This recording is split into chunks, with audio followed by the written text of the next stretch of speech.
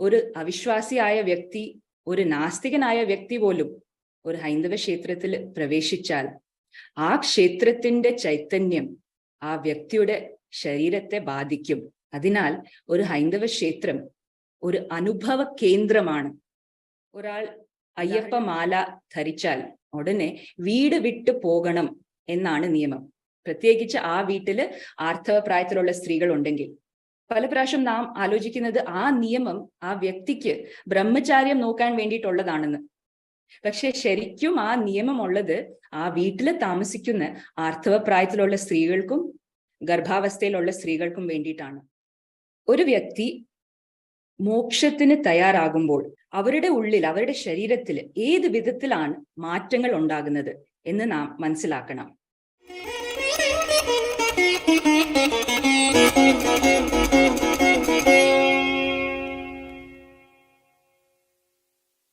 നമസ്കാരം. സംഘം ടോക്സിന്റെ മറ്റൊരു എപ്പിസോഡിലേക്ക് സ്വാഗതം. സമീപകാലത്ത് ഒരുപാട് ചർച്ച ചെയ്യപ്പെട്ട വിഷയമാണ് സ്ത്രീകളും ശബരിമലയും. സ്ത്രീകൾ ശബരിമലയിൽ കയറാൻ പാടുമോ, പാടില്ലെങ്കിൽ അത് ശ്രീ അയ്യപ്പൻ നൈഷ്ഠിക ബ്രഹ്മചാരി ആയതുകൊണ്ട് മാത്രമാണ്, കയറിയാൽ അത് ആ ക്ഷേത്രത്തെയും ആചാരങ്ങളെയും എങ്ങനെ ബാധിക്കും, ഇതിനെക്കുറിച്ചെല്ലാം നമ്മൾ കേട്ടു. പക്ഷെ അധികം ചർച്ച ചെയ്യപ്പെടാത്ത ഒരു വിഷയം, സ്ത്രീകൾ ശബരിമലയിലും അതുപോലെ മറ്റ് മോക്ഷധാമങ്ങളും സന്ദർശിക്കുമ്പോൾ അത് അവരുടെ ആരോഗ്യത്തെ എങ്ങനെ ബാധിക്കുന്നു എന്നതാണ്. ഇതേക്കുറിച്ച് സംസാരിക്കാൻ ഇന്ന് നമ്മോടൊപ്പം ഉള്ളത് ശ്രീമതി സിനു ജോസഫ് ആണ്. 2009 മുതൽ ആർത്തവുമായി ബന്ധപ്പെട്ട മേഖലയിൽ പ്രവർത്തിക്കുന്ന സിനുജി മൈത്രി സ്പീക്സ് ട്രസ്റ്റിന്റെ സഹസ്ഥാപകയും മാനേജിംഗ് ഡയറക്ടറും. ആർത്തവ ശീലങ്ങളെ കുറിച്ച് പഠിക്കാൻ ഭാരതത്തിലുടനീളം സഞ്ചരിച്ച് 22,000-ൽ പരം പെൺകുട്ടികളോടും സ്ത്രീകളോടും ചർച്ചകൾ നടത്തിയിട്ടുണ്ട്. ആർത്തവുമായി ബന്ധപ്പെട്ട ആചാരങ്ങൾ, ആയുർവേദം, തന്ത്രം, ചക്രങ്ങൾ, ആഗമശാസ്ത്രം, ഹൈന്ദവ ക്ഷേത്രങ്ങളുടെ ഘടന, ഇതെങ്ങനെ മനുഷ്യ ശരീരത്തെ ബാധിക്കുന്നു, ഇതിനെല്ലാം കുറിച്ച് വളരെ ആഴത്തിൽ പഠിച്ച് ഇതെല്ലാം സ്ത്രീ ശരീരത്തെയും ആർത്തവ ആരോഗ്യത്തെയും എങ്ങനെ ബാധിക്കുന്നു എന്നതിനെ കുറിച്ച് ഋതുവിദ്യ എന്നൊരു പുസ്തകവും എഴുതിയിട്ടുണ്ട്.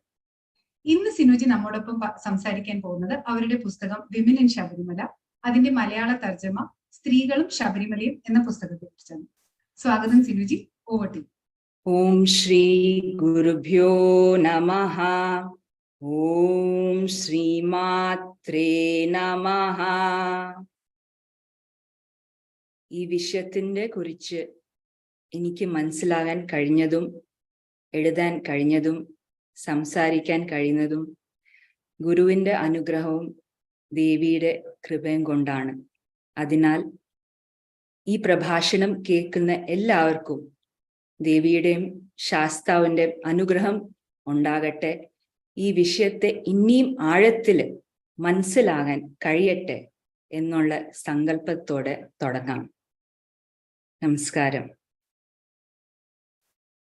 എന്നെക്കുറിച്ച് ആമുഖം നൽകിയതിനും ചാനലിലേക്ക് സ്വാഗതം ചെയ്തതിനും ദിവ്യജി, അരുൺജി, സംഘം ടോക്സ് വളരെ നന്ദി. ഇന്നത്തെ ടോപ്പിക് സ്ത്രീകളും ശബരിമലയും. ഈ ടോപ്പിക്കില് ഏറ്റവും ചോദിച്ച ഒരു പ്രശ്നം, എന്തുകൊണ്ടാണ് ആർത്തവ പ്രായത്തിലുള്ള സ്ത്രീകൾ ശബരിമലയിൽ പ്രവേശിക്കരുത് എന്നുള്ള ചോദ്യത്തിന്റെ ശാസ്ത്രീയമായി, സയന്റിഫിക് ആയിട്ട് ഉത്തരം നൽകാനായിട്ടുള്ള ഒരു പ്രയത്നമാണ്. ഈ ഒരു വിഷയത്തെ ആഴത്തിൽ മനസ്സിലാകണം എന്നാണെങ്കിൽ നാം 2 വിഷയങ്ങളെ മനസ്സിലാക്കണം. ഇന്നത്തെ പ്രഭാഷണം 2 ഭാഗങ്ങളായിട്ട് ആയിരിക്കും ഞാൻ അവതരിപ്പിക്കാൻ പോകുന്നത്. ആദ്യത്തെ ഭാഗത്തില് ഒരു ഹൈന്ദവ ക്ഷേത്രം എന്ന് പറഞ്ഞാൽ എന്താണ് ശരിക്കും, ഒരു ഹൈന്ദവ ക്ഷേത്രത്തിന് പുറകിലുള്ള ശാസ്ത്രം എന്താണ്, എങ്ങനെയാണ് ഒരു ഹൈന്ദവ ക്ഷേത്രം മനുഷ്യ ശരീരത്തെ ബാധിക്കുന്നത് എന്ന് നാം മനസ്സിലാക്കണം. ഈ പ്രഭാഷണത്തിന്റെ 2ാം ഭാഗത്തില് ശബരിമല അല്ലെങ്കിൽ ഇങ്ങനത്തെ വേറെ മോക്ഷധാമങ്ങളില് ആർത്തവ പ്രായത്തിലുള്ള സ്ത്രീകൾ പ്രവേശിച്ചാൽ ആ ക്ഷേത്രത്തിലുള്ള ചൈതന്യം എങ്ങനെയാണ് ആ സ്ത്രീകളുടെ ആർത്തവ ചക്രത്തെയും പ്രത്യുൽപാദന ആരോഗ്യത്തെയും മാനസിക ആരോഗ്യത്തെയും ബാധിക്കുന്നത് എന്ന് മനസ്സിലാക്കേണ്ടത് വളരെ പ്രധാനമായിട്ടുള്ള വിഷയമാണ്. ആദ്യത്തെ ഭാഗം ഹൈന്ദവ ക്ഷേത്രത്തിലുള്ള ശാസ്ത്രം. ഒരു ഹൈന്ദവ ക്ഷേത്രം വേറെ മതസ്ഥരുടെ ആരാധനാലയങ്ങൾ പോലെ അല്ല. എന്തുകൊണ്ടാണ്? വേറെ ആരാധനാലയങ്ങളിൽ ഞങ്ങൾ പോകുമ്പോൾ പ്രധാനമായിട്ട് ആവശ്യമുള്ളത് വിശ്വാസവും ഭക്തിയും മാത്രമാണ്.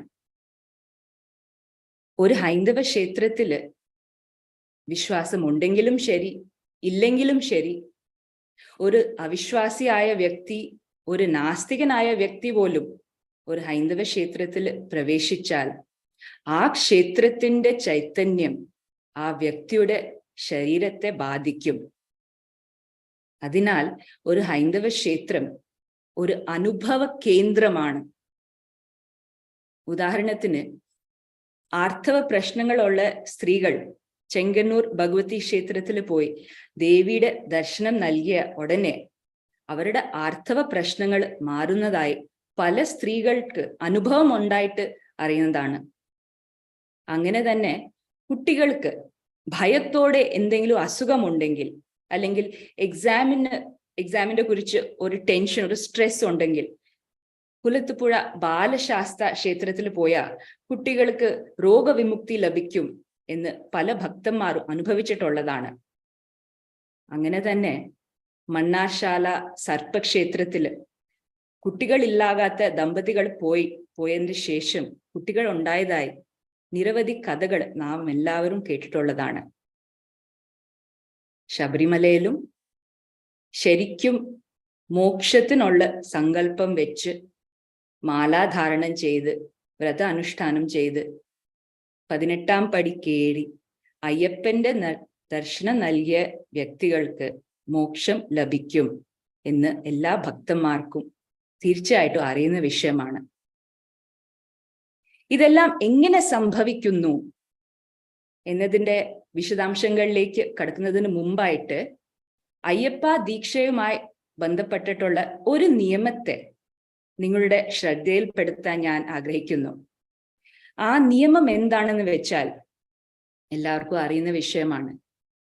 ഒരാൾ അയ്യപ്പ മാല ധരിച്ചാൽ വ്രത അനുഷ്ഠാനം ചെയ്യും എന്ന് നിർദ്ധാരിച്ചാൽ ഉടനെ വീട് വിട്ടു പോകണം എന്നാണ് നിയമം.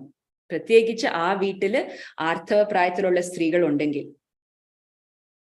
പല പ്രാവശ്യം നാം ആലോചിക്കുന്നത് ആ നിയമം ആ വ്യക്തിക്ക് ബ്രഹ്മചാര്യം നോക്കാൻ വേണ്ടിയിട്ടുള്ളതാണെന്ന്.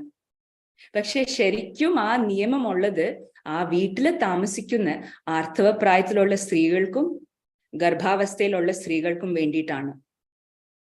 കാരണം അയ്യപ്പ മാല ധരിച്ച് വ്രതം അനുഷ്ഠിക്കുന്ന ഒരു വ്യക്തിയുടെ ശരീരത്തില് അയ്യപ്പന്റെ ചൈതന്യത്തിന്റെ ഒരു അംശം ഉണ്ടാകും. അങ്ങനെ ഒരു വ്യക്തിയുടെ സാമീപ്യത്തില് ആർത്തവ പ്രായത്തിലുള്ള സ്ത്രീകളുടെ ആർത്തവ ചക്രത്തിൽ മാറ്റങ്ങൾ ഉണ്ടാകും. ഗർഭാവസ്ഥയിലുള്ള സ്ത്രീകളാണെങ്കിൽ അവർക്ക് ഗർഭകാലത്തില് ചില കോംപ്ലിക്കേഷൻസ് ഉണ്ടാകാൻ സാധ്യതയുണ്ട്. ഇതൊക്കെ തിയറി അല്ല കേട്ടോ, എൻ്റെ പല സ്ത്രീകളുടെ അനുഭവമാണ്. പക്ഷെ ഇതൊക്കെ ഒരു പേഴ്സണൽ ആയ ഒരു വിഷയമായതിനാൽ സ്ത്രീകൾ പരസ്യമായിട്ട് പറയാതില്ലെന്നുള്ളു. ഇന്നും നാട്ടിലുള്ള അമ്മച്ചിമാരോട് മുത്തശ്ശിമാരോട് ചോദിച്ചാൽ അവർ പറയും, ശരിക്കും ശബരിമലയിൽ സ്ത്രീകൾക്ക് പോകാൻ പാടില്ലാത്ത കാരണം എന്താണെന്ന് വെച്ചാൽ അവരുടെ ആർത്തവ ചക്രത്തില് ബുദ്ധിമുട്ടുകൾ ഉണ്ടാകാൻ സാധ്യതയുണ്ടെന്ന്. നാം സയൻസ് എന്ന് വിളിക്കുന്നത് ശരിക്കും എന്താണ്? Science is the ability to provide explanation for a phenomenon. ഒരു അനുഭവത്തെ, ഒരു സംഭവത്തെ വിശദീകരിക്കാൻ ഉള്ള കഴിവിനെയാണ് നമ്മൾ സയൻസ് എന്ന് പറയുന്നത്. അതിനാൽ അത്തരം ഒരു സംഭവം, ഒരു അനുഭവം ഉണ്ടാകുന്നുണ്ട് എന്ന് ആദ്യം നാം അംഗീകരിക്കണം. അതാണ് ആദ്യത്തെ ഒരു നെസസിറ്റി ഈ വിഷയത്തെ മനസ്സിലാക്കാൻ. ഇത് സംഭവിക്കുന്നുണ്ട്. അയ്യപ്പ മാല ധരിച്ച ഒരാളുടെ സാമീപ്യത്തില് സ്ത്രീകളുടെ ആർത്തവ ചക്രത്തില് മാറ്റങ്ങൾ ഉണ്ടാകുന്നുണ്ട്. പലർക്കും അറിയുന്ന വിഷയമാണ്. ഇനി ഇതെങ്ങനെയാ സംഭവിക്കുന്നത്, എന്തുകൊണ്ടാണ് ഉണ്ടാകുന്നതെന്ന് നമുക്ക് മനസ്സിലാക്കാൻ പ്രയത്നിക്കാം. ഒരു വ്യക്തി മോക്ഷത്തിന് തയ്യാറാകുമ്പോൾ അല്ലെങ്കിൽ മോക്ഷം തന്നെ ലഭിക്കുമ്പോൾ അവരുടെ ഉള്ളിൽ, അവരുടെ ശരീരത്തിൽ ഏത് വിധത്തിലാണ് മാറ്റങ്ങൾ ഉണ്ടാകുന്നത് എന്ന് നാം മനസ്സിലാക്കണം. അലോപ്പത്തിയിൽ ഞങ്ങള് ഭൗതിക ശരീരത്തിനെ മാത്രം റെക്കഗ്നൈസ് ചെയ്യുന്നു. പക്ഷെ ആയുർവേദത്തില് ഭൗതിക ശരീരത്തിന്റെ ഒപ്പം, സ്ഥൂല ശരീരത്തിന്റെ ഒപ്പം സൂക്ഷ്മ ശരീരം ഉണ്ട് എന്ന് മനസ്സിലാകും. ഭൗതിക ശരീരത്തില് സ്ഥൂല ശരീരത്തില് എങ്ങനെ നെർവ്സ്, പ്ലെക്സസ് പോയിന്റ്സ് ഉള്ളതുപോലെ സൂക്ഷ്മ ശരീരത്തില് നാഡികളും ചക്രങ്ങളും ഉണ്ട്. നാഡി എന്ന് പറയുന്നത് പ്രാണശക്തിയെ വഹിക്കുന്ന ഒരു സൂക്ഷ്മമായ ചാനലാണ്.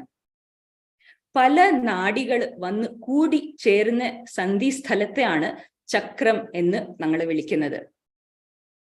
സൂക്ഷ്മ ശരീരത്തില് 100-ലും അധികം ചക്രങ്ങൾ ഉണ്ടെങ്കിൽ പോലും ആത്മീയ ആചാരങ്ങളിലെ സംബന്ധത്തിൽ നാം നട്ടിലിനൊപ്പമുള്ള 6 ചക്രങ്ങളെ കുറിച്ചാണ് പ്രധാനമായിട്ട് സംസാരിക്കുന്നത്. ഈ 6 ചക്രങ്ങളെയാണ് ഷട്ട് ചക്ര എന്ന് വിളിക്കുന്നത്. ഒരാൾ മോക്ഷത്തിന് വേണ്ടി തയ്യാറാകുമ്പോൾ ഈ 6 ചക്രങ്ങളിൽ ഏറ്റവും താഴത്തെ ചക്രം മൂലാധാര ചക്രം എന്ന് നാം വിളിക്കും. അവിടെ കിടക്കുന്ന കുണ്ടലിനി ശക്തിയെ ഉണർത്തും. അടുത്തതായി ഈ കുണ്ടലിനി ശക്തി ഓരോരോ ചക്രത്തെ ഭേദിച്ച് മുകളിലോട്ട് സഞ്ചരിക്കും. ഈ ഒരു പ്രോസസ്സിനെയാണ് കുണ്ടലിനി യോഗയിൽ ഷട്ട് ചക്ര ഭേദം എന്ന് വിളിക്കുന്നത്. 6ാമത്തെ ചക്രം ആജ്ഞാചക്രം. ഇവിടെ സ്ഥിതിയുള്ള ആജ്ഞാചക്രത്തിന്റെ മേൽഭാഗത്തില് ശിവതത്വമുള്ള സഹസ്രാര പദ്മമുണ്ട്. ചിലർ സഹസ്രാരത്തെ 7ാമത്തെ ചക്രം എന്ന് വിളിക്കും. ഈ സ്ഥലത്തിലാണ് ശിവതത്വം ഉള്ളത്. താഴത്തെ കുണ്ടലിനിയെ ഉണർത്തി മുകളിലോട്ട് ഉയർത്തുമ്പോൾ സഹസ്രാര പദ്മത്തിലുള്ള ശിവതത്വത്തിലോട്ട് അത് ലയിക്കുമ്പോഴാണ് നാം മോക്ഷത്തിന് വേണ്ടിയിട്ടുള്ള പ്രിപ്പറേഷൻ ഉണ്ടായി എന്ന് പറയുന്നത്, അല്ലെങ്കിൽ സമാധി അവസ്ഥ ഉണ്ടായി.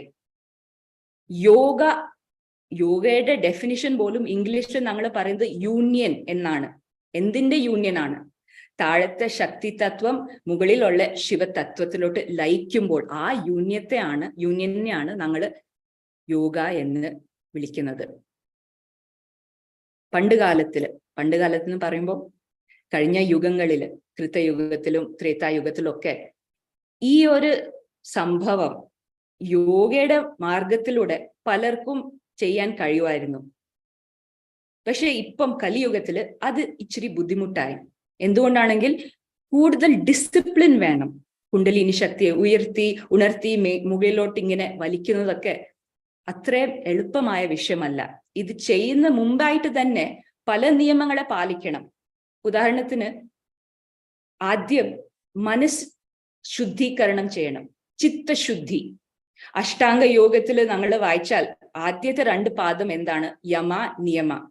അതിലുള്ള നിയമങ്ങളാണ് ശരിക്കും അയ്യപ്പ വ്രതം എടുക്കുന്നവർക്കും പാലിക്കേണ്ട ആവശ്യമുള്ളത്. ബ്രഹ്മചാര്യമുണ്ട്, അതിൽ തന്നെ സത്യം, അഹിംസ, ശൗചം, സാത്വികമായ ആഹാരം ഭക്ഷിക്കുന്നത്, അതെല്ലാം ഈ ആദ്യത്തെ ഒരു പാദം ചിത്തശുദ്ധി ചെയ്യാനായിട്ട് ഉള്ള നിയമങ്ങളാണ്. അത് കഴിഞ്ഞിട്ട് 2ാമത്തത് ദേഹശുദ്ധി ഉണ്ടാകണം. ദേഹശുദ്ധിക്ക് വേണ്ടി ആസനം ചെയ്യണം. ആസനം എന്ന് പറയുന്ന ഉടനെ ഞങ്ങളുടെ മനസ്സിലുള്ളത് ഒരു 100 പ്രാവശ്യം സൂര്യ നമസ്കാരം ചെയ്യണമെന്നാണ്. അതല്ല ഇവിടുത്തെ അർത്ഥം. ആസനം, കുണ്ടലിനി യോഗയിൽ ആസനം എന്ന് പറഞ്ഞാൽ സ്ഥിരം സുഖം ആസനം. സ്ഥിരമായി ഒരേ ഒരു ആസനത്തില് 3 മണിക്കൂറെങ്കിലും ഇരിക്കാൻ കഴിയണം. പദ്മാസനമായിരിക്കാം, സുഖാസനമായിരിക്കാം, ഏത് ആസനമായാലും മിനിമം ഒരു 3 hours സ്ഥിരമായിട്ട്, ശരീരത്തെ സ്ഥിരമായിട്ട് ഇരിക്കുമ്പോഴാണ് ആ ദേഹശുദ്ധിക്ക് വേണ്ടിയിട്ടുള്ള പ്രോസസ് തുടങ്ങുന്നത്. ചിത്തശുദ്ധി, ദേഹശുദ്ധി, അത് കഴിഞ്ഞിട്ട് നാഡിശുദ്ധി, പ്രാണശുദ്ധി ചെയ്യണം. അതെങ്ങനെയാ? പ്രാണായാമത്തിലൂടെ. സോ ഇതിന് വേണ്ടിയിട്ടുള്ള പ്രത്യേക രീതിയിലുള്ള പ്രാണായാമങ്ങളും ഉണ്ട്, അതും ചെയ്യണം. ഇതൊക്കെ ചെയ്ത് കഴിഞ്ഞിട്ടാണ് കുണ്ടലിനിയെ ഉണർത്താനും വലിക്കാനൊക്കെ ട്രൈ ചെയ്യേണ്ടത്. ഇപ്പം പലരും ചക്രയോഗ എന്നൊക്കെ ചെയ്യുമ്പോൾ വളരെ റിസ്ക് ഉള്ളതാണ്, ഒരിക്കലും ചെയ്യാൻ പാടില്ലാത്തതാണ്. ഇതൊക്കെ ചെയ്താൽ പോലും ഒരു ഗുരുവിന്റെ അനുഗ്രഹം ഇല്ലാതെ, ഒരു ഗുരുവിന്റെ ഗൈഡൻസ് ഇല്ലാതെ ഒരിക്കലും ഈ മാർഗത്തിൽ ഒറ്റയ്ക്ക് പോകരുത്, വളരെ റിസ്കിയാണ്. സോ യോഗയിലൂടെ മോക്ഷത്തിന് വേണ്ടിയിട്ടുള്ളത് സാധിക്കും. അഷ്ടാംഗ യോഗ ആയിരിക്കാം, ഹഠയോഗ ആയിരിക്കാം, കുണ്ടലിനി യോഗ ആയിരിക്കാം. പക്ഷെ ഇന്നത്തെ കലിയുഗത്തില് അതേ ഒരു പ്രോസസ് നമ്മുടെ ഉള്ളിൽ ഉണ്ടാകണം. മോക്ഷത്തിന് വേണ്ടിയിട്ട് ഉള്ളിൽ ഉണ്ടാകുന്ന പ്രോസസ് ഒന്നാണ്, അതിന് ആ പ്രോസസ്സിന്റെ ലക്ഷ്യത്തിലോട്ട് എത്താൻ പല മാർഗങ്ങളുണ്ട്. സോ നമ്മുടെ മഹാഋഷിമാർ, അഗസ്ത്യമുനി, പരശുരാം, ഇങ്ങനത്തെ മഹാഋഷിമാർ എന്ത് ചെയ്തു? യോഗയിലൂടെ ഉണ്ടാകുന്ന അതേ അനുഭവം ക്ഷേത്ര ദർശനത്തോടെയും ആൾക്കാർക്ക്, ഭക്തന്മാർക്ക് കൊടുക്കാൻ കഴിയുമോ എന്നുള്ള സങ്കല്പത്തോടാണ് ക്ഷേത്രങ്ങൾ, ഇന്ന് നമ്മൾ അറിയപ്പെടുന്ന ഹൈന്ദവ ക്ഷേത്രങ്ങൾ സൃഷ്ടിച്ചത്. ഒരു ഹൈന്ദവ ക്ഷേത്രത്തിൽ പ്രവേശിച്ചാൽ നമ്മുടെ ഉള്ളിൽ യോഗയിൽ ഉണ്ടാകുന്ന അതേ അനുഭവം ഉണ്ടാവാൻ സാധിക്കും. അതെങ്ങനെയാണ്? ആ ചോദ്യത്തിന് മനസ്സിലാക്കിയാൽ ശരിക്കും ഒരു ഹൈന്ദവ ക്ഷേത്രം വേറെ മതസ്ഥരുടെ ആരാധനാലയങ്ങളിലും വ്യത്യസ്തമായിട്ട് എന്തുകൊണ്ടാണെന്ന് നമുക്ക് ശരിക്കും മനസ്സിലാകാൻ കഴിയും. ആഗമശാസ്ത്ര ഗ്രന്ഥങ്ങളിലാണ് ഈ ഹൈന്ദവ ക്ഷേത്രം എങ്ങനെ സൃഷ്ടിക്കണം എന്നുള്ളതിന് ഉള്ള എല്ലാ ഇൻസ്ട്രക്ഷൻസും ഉള്ളത്. അതിൽ ഏറ്റവും മുഖ്യമായിട്ടുള്ളതാണ് പ്രാണപ്രതിഷ്ഠ എന്ന് നമ്മൾ പറയുന്ന പ്രോസസ്. പ്രാണപ്രതിഷ്ഠ ചെയ്യുമ്പോൾ ഒരു ശിലാവിഗ്രഹത്തിൽ ഒരു പ്രത്യേക ദേവതാ ശക്തിയെ സന്നിവേശിപ്പിക്കും. ആ പ്രാണപ്രതിഷ്ഠ നടക്കുന്ന സമയത്തും പിന്നീട് നിത്യപൂജ ചെയ്യുമ്പോഴും ദീപാരാധനയോടും മന്ത്ര ഉച്ചാരണം ചെയ്യുമ്പോഴും സങ്കല്പത്തോടും ആ ഒരു സ്ഥലത്തിൽ, ആ ഒരു ക്ഷേത്രത്തിൽ ഒരു സ്പെസിഫിക് ചൈതന്യം ഉണ്ടാകും. ചൈതന്യം എന്ന് പറയുന്നത് ശരിക്കും എന്താണ്? ഫിസിക്സിന്റെ ഭാഷയിൽ പറയണമെങ്കിൽ ഒരു ഫ്രീക്വൻസി ഓഫ് വൈബ്രേഷൻ ആണ്. ഒരു സ്പെസിഫിക് ഫ്രീക്വൻസി ഓഫ് വൈബ്രേഷൻ, ആ ദേവതാ ശക്തിക്ക് വേണ്ടിയിട്ടുള്ള ഒരു ഫ്രീക്വൻസി അവിടെ ഉണ്ടാകുന്നു, സൃഷ്ടിക്കുന്നു. എങ്ങനെ? എന്തെങ്കിലും വൈബ്രേഷൻസ് ഉണ്ടാകണമെങ്കിൽ 3 വിധത്തില് അത് സംഭവിക്കും. ഒന്നില് ത്രൂ ലൈറ്റ്, ദീപാരാധന ചെയ്യുന്നതോടെ, അതർവൈസ് ത്രൂ സൗണ്ട്, മന്ത്രങ്ങൾ ഉച്ചരിക്കുമ്പോൾ, മൂന്നാമത്തത് തോട്ട്, സങ്കല്പം. ഇത് 3ഉം ഒത്തുചേരുമ്പോൾ ആ സ്ഥലത്തില്, ആ സങ്കല്പത്തിന്റെ അനുസരിച്ച് ഒരു ചൈതന്യം, ഒരു ഫ്രീക്വൻസി ഓഫ് വൈബ്രേഷൻ ഉണ്ടാകും. ഇങ്ങനത്തെ ഒരു സ്ഥലത്തില് ഒരു വ്യക്തി പ്രവേശിക്കുമ്പോൾ അവരുടെ ഉള്ളിൽ എന്താണ് സംഭവിക്കുന്നത്? ഞങ്ങളുടെ സൂക്ഷ്മ ശരീരത്തിൽ 6 ചക്രങ്ങൾ ഉണ്ടെന്ന് പറഞ്ഞു. ഈ ഓരോരോ ചക്രത്തിനും ഓരോരോ സ്പെസിഫിക് വൈബ്രേഷൻ ഫ്രീക്വൻസി ഉണ്ട്. താഴത്തെ ചക്രത്തിൽ ഏറ്റവും കുറവുള്ള ഫ്രീക്വൻസി ആണ്. മുകളിലോട്ട് പോകുന്ന തോറും ആ ഫ്രീക്വൻസി കൂടുകയും ചെയ്യും. ഏറ്റവും മുകളിലുള്ള ചക്രത്തിൽ ഏറ്റവും ഹയസ്റ്റ് വൈബ്രേഷൻ ഫ്രീക്വൻസി ആണ്. സോ ഒരു ക്ഷേത്രത്തില് ഉള്ള ചൈതന്യത്തിന്റെ ഫ്രീക്വൻസി, ഞങ്ങൾ അവിടെ പ്രവേശിക്കുമ്പോൾ ഞങ്ങളുടെ ഉള്ളില് ഏത് ചക്രമാണോ, ആ ചക്രത്തിന് കണക്റ്റഡ് ആയിട്ടുള്ള അവയവങ്ങളാണോ, അവെല്ലാം തന്നെ ആക്ടിവേറ്റ് ആകും. ഈ പ്രോസസ് റെസനൻസ് എന്ന് ഞങ്ങൾ വിളിക്കും. ഫിസിക്സിൽ കുട്ടികൾ എക്സ്പെരിമെന്റ് ചെയ്തത് അവർക്ക് ഓർമ്മയുണ്ടായിരിക്കും. ഒരു ട്യൂണിംഗ് ഫോക്ക് ഇങ്ങനെ അടിച്ച് അതിൽ വൈബ്രേഷൻസ് ഉണ്ടാക്കിയാൽ അതേ തൂക്കത്തിലുള്ള വേറെ ഒരു ട്യൂണിംഗ് ഫോക്കിനെ ആ ആദ്യത്തെ ട്യൂണിംഗ് ഫോക്കിന്റെ അടുത്ത് വന്ന് കൊണ്ടുവന്ന് നിർത്തിയാൽ മതി. ഈ രണ്ടാമത്തെ ട്യൂണിംഗ് ഫോക്ക് പോലും ആദ്യത്തെ ഫോക്കിന്റെ അതേ വൈബ്രേഷനിൽ ഇങ്ങനെ വൈബ്രേറ്റ് ചെയ്യാൻ തുടങ്ങും. ഈ പ്രോസസ്സിനാണ് റെസൊനൻസ് എന്ന് വിളിക്കുന്നത്. അതേ സംഭവം ഞങ്ങളുടെ ഉള്ളിൽ ഉണ്ടാകുന്നു ഞങ്ങൾ ക്ഷേത്ര ദർശനത്തിന് പോകുമ്പോൾ.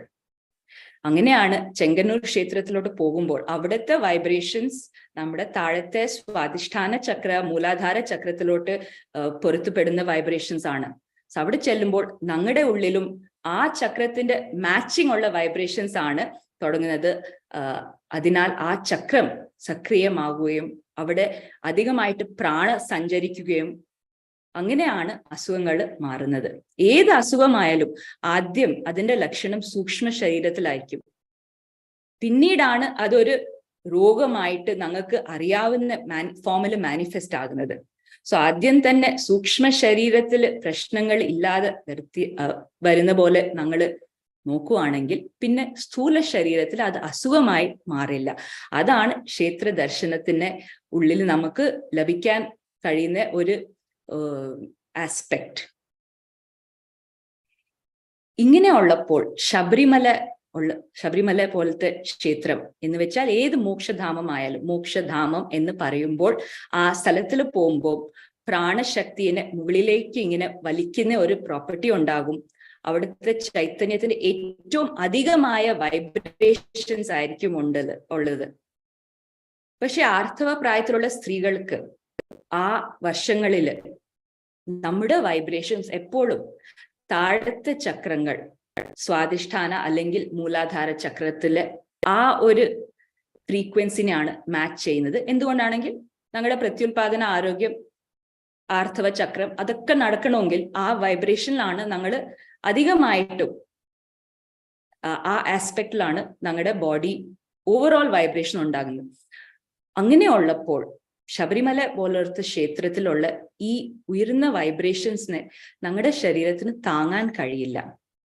അതല്ലാതെ ഇങ്ങനത്തെ ഒരു ക്ഷേത്രം എപ്പോഴും പ്രാണശക്തിനെ മുകളിലേക്കായിരിക്കും വലിക്കുന്നത്. കുണ്ടലിനി ശക്തി മുകളിലോട്ട് പോകുമ്പോൾ പ്രാണശക്തിയും അതിൻ്റെ ഒപ്പം മുകളിലോട്ട് പോകും. പക്ഷേ ആർത്തവ സമയത്തിലും ആർത്തവ പ്രായത്തിലും പ്രാണശക്തി അധികമായിട്ട് താഴത്തെ ചക്രങ്ങളിലായിരിക്കും വഹിക്കേണ്ടത്. അല്ലെങ്കിൽ ഞങ്ങൾക്ക് പ്രത്യുൽപാദന ആരോഗ്യത്തിലും ആർത്തവ ആരോഗ്യത്തിലും പ്രശ്നങ്ങൾ ഉണ്ടാകും. ലാസ്റ്റ് ഒരു പോയിന്റ് പറയേണ്ടത്, മോക്ഷം എന്ന് പറയുമ്പോൾ സ്ത്രീകളിൽ അതൊരു സ്വാഭാവികമായിട്ട് വൈരാഗ്യഭാവം ഉണ്ടാക്കും. ഇത് അനുഭവിച്ച് അറിയാൻ കഴിയും. ആ ഒരു വൈരാഗ്യം ഉണ്ടാകുമ്പോൾ നമ്മുടെ ലൗകിക ജീവനത്തിനോട് ഒരു താല്പര്യം കുറഞ്ഞു വരും. അതൊരു പലപ്പോഴും ഒരു ഇറിവേഴ്സിബിൾ പ്രോസസ് ആകാം. പക്ഷെ പുരുഷന്മാരുടെ ശരീരത്തിൽ ഇത്ര മാത്രം ചേഞ്ചസ് ഉണ്ടാകില്ല. അതുകൊണ്ടാണ് അവർക്ക് പല പ്രാവശ്യം പോകേണ്ടി വരുന്നത്. സ്ത്രീകൾക്ക് വളരെ സെൻസിറ്റീവ് ആയിട്ടുള്ള ഒരു സൈക്കിൾ ഉള്ളതിനാൽ ഒരു ചെറിയ അനുഭവം പോലും ഇറിവേഴ്സിബിൾ ആയിട്ടുള്ള മാറ്റങ്ങൾ ഉണ്ടാകാൻ സാധിക്കും. ഈ കാരണത്തിലാണ് സ്ത്രീകൾക്ക് ശബരിമലയിൽ പോകരുത് എന്ന് പറയുന്നത്.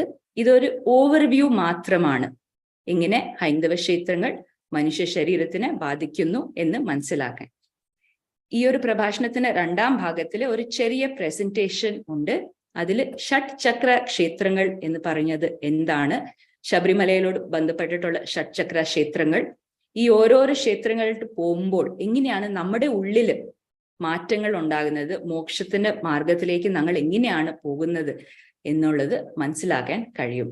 സോ രണ്ടാമത്തെ ഭാഗം ഇപ്പം ഞങ്ങൾക്ക് തുടങ്ങാം. I will just screen share ചെയ്യാൻ പോവുകയാണ്. സോ ഷഡ് ചക്ര ടെമ്പിൾസ് ഓഫ് ശാസ്താവിന്റെ ഷഡ് ചക്ര ക്ഷേത്രങ്ങൾ. ആദ്യം ഞാൻ പറയാൻ ഇഷ്ടപ്പെടുന്നത്, ഈ വിഷയത്തിനെ കുറിച്ച് എനിക്കൊരു കൺഫർമേഷൻ കിട്ടിയത് ശ്രീമതി ദേവിക ദേവി അവരുടെ ഒപ്പം സംസാരിച്ചപ്പോഴാണ്. 2016 ഞാൻ ചെങ്ങന്നൂർ ഭഗവതി ക്ഷേത്രത്തിൽ പോയായിരുന്നു. എൻ്റെ ടീമിലുള്ള ശ്രീമതി വൈജയന്തി കൃഷ്ണമൂർത്തി അവരാണ് എൻ്റെ ഒപ്പം നിൽക്കുന്ന സ്ത്രീ. ഞങ്ങള് ചെങ്ങന്നൂർ ഭഗവതി ക്ഷേത്രത്തിൽ പോയി ഞങ്ങളുടെ ഒരു റിസർച്ചിന്റെ ഭാഗമായിട്ട് പോയപ്പോൾ ആണ് ശ്രീമതി ദേവിക ദേവി അമ്മനെ കാണാൻ കഴിഞ്ഞത്. അപ്പോൾ ഞങ്ങൾ ചോദിച്ചു, അമ്മ എന്തുകൊണ്ടാണ് സ്ത്രീകൾക്ക് ഇങ്ങനെ ശബരിമലയിൽ പോകാൻ പാടില്ല എന്ന്. അമ്മ തന്ത്രിയുടെ അമ്മയാണ്, ശബരിമല തന്ത്രിയുടെ അമ്മയാണ്. സോ അമ്മ നേരിട്ട് പറഞ്ഞു, ഇല്ല, സ്ത്രീകൾ അവിടെ പോയാൽ അവരുടെ ആരോഗ്യത്തിൽ ബുദ്ധിമുട്ടുകൾ ഉണ്ടാകുമെന്ന്. അത്രമാത്രം പറഞ്ഞോളൂ. കൂടുതൽ ഡീറ്റെയിൽസ് ഞങ്ങളും ചോദിച്ചില്ല. പക്ഷെ അത് ഞങ്ങൾക്കൊരു വളരെ വലിയ കൺഫർമേഷൻ ആയിരുന്നു. ബിക്കോസ് ഞങ്ങൾ നടത്തുന്ന ഗവേഷണം അതേ ഒരു ദിക്കിലായിരുന്നു.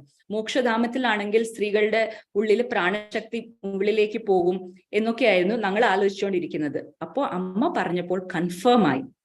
അതിന്റെ ശേഷം ഒരു 2 ബ്ലോഗ്സിൽ ഇതെല്ലാം തന്നെ എഴുതി പബ്ലിക്ലി ഞങ്ങൾ പബ്ലിഷ് ചെയ്തു. അതിനെ മലയാളത്തിൽ അനുവാദം ചെയ്തു പല രാജകീയത്തിലുള്ള നേതാക്കന്മാരുള്ള വേറെ വേറെ പാർട്ടീസിലുള്ള എല്ലാവർക്കും ഞങ്ങളൊരു കോപ്പി അയച്ചു. എല്ലാവരും വായിച്ചു, കൊള്ളാം എന്നൊക്കെ പറഞ്ഞു. പക്ഷേ കേസ് വന്നപ്പോൾ അവർ പറഞ്ഞു ഇതൊക്കെ വളരെ മനസ്സിലാകാൻ ബുദ്ധിമുട്ടാണ്, സാമാന്യക്കാർക്കും കോടതിയിലൊക്കെ എക്സ്പ്ലെയിൻ ചെയ്യാൻ ബുദ്ധിമുട്ടാണ്, അതുകൊണ്ട് ഇത് സത്യമാണെങ്കിലും ഞങ്ങൾ ഒരു സിംപ്ലിഫൈഡ് വേർഷൻ ആയിട്ട് പോകാം കോടതിയിലെന്ന് പറഞ്ഞു. ശരി, കുഴപ്പമില്ല, നടന്നോട്ടെ. എനിക്ക് രാജകീയത്തിനെ കുറിച്ചോ കോടതിയെ കുറിച്ചോ ഒന്നും അറിയാത്ത കാരണം ഞാനൊന്നും പറഞ്ഞില്ല. പക്ഷെ 2018 കേസിന്റെ ആ ഒരു ഡിക്ലറേഷൻ വന്നപ്പോൾ അത് കഴിഞ്ഞത്, അതിന്റെ ശേഷമാണ് ഇംഗ്ലീഷിന്റെ ആദ്യ പുസ്തകം റിലീസ് ചെയ്തത്, എഴുതിയതൊക്കെ. എന്തുകൊണ്ടാണെങ്കിൽ പലർക്കും അറിയാത്ത ചില സംഭവങ്ങൾ ഉണ്ടായി ആ കേസിന്റെ കാരണത്തിന്. ഞാൻ പല ഗ്രാമങ്ങളില് ആർത്തവ ചക്രത്തിനെ സംബന്ധിച്ചിട്ടുള്ള വർക്ക്ഷോപ്സ് നടത്തുമായിരുന്നു. ഞാൻ പറയുന്നത് കർണാടകയിലുള്ള ഗ്രാമങ്ങളാണ്. അവിടെ ചെല്ലപ്പോൾ സാമാന്യ ഹിന്ദു ഓർത്തഡോക്സ് സ്ത്രീകൾ, അവർക്ക് വളരെ വിശ്വാസവും ഭക്തിയുള്ള സ്ത്രീകളാണ്.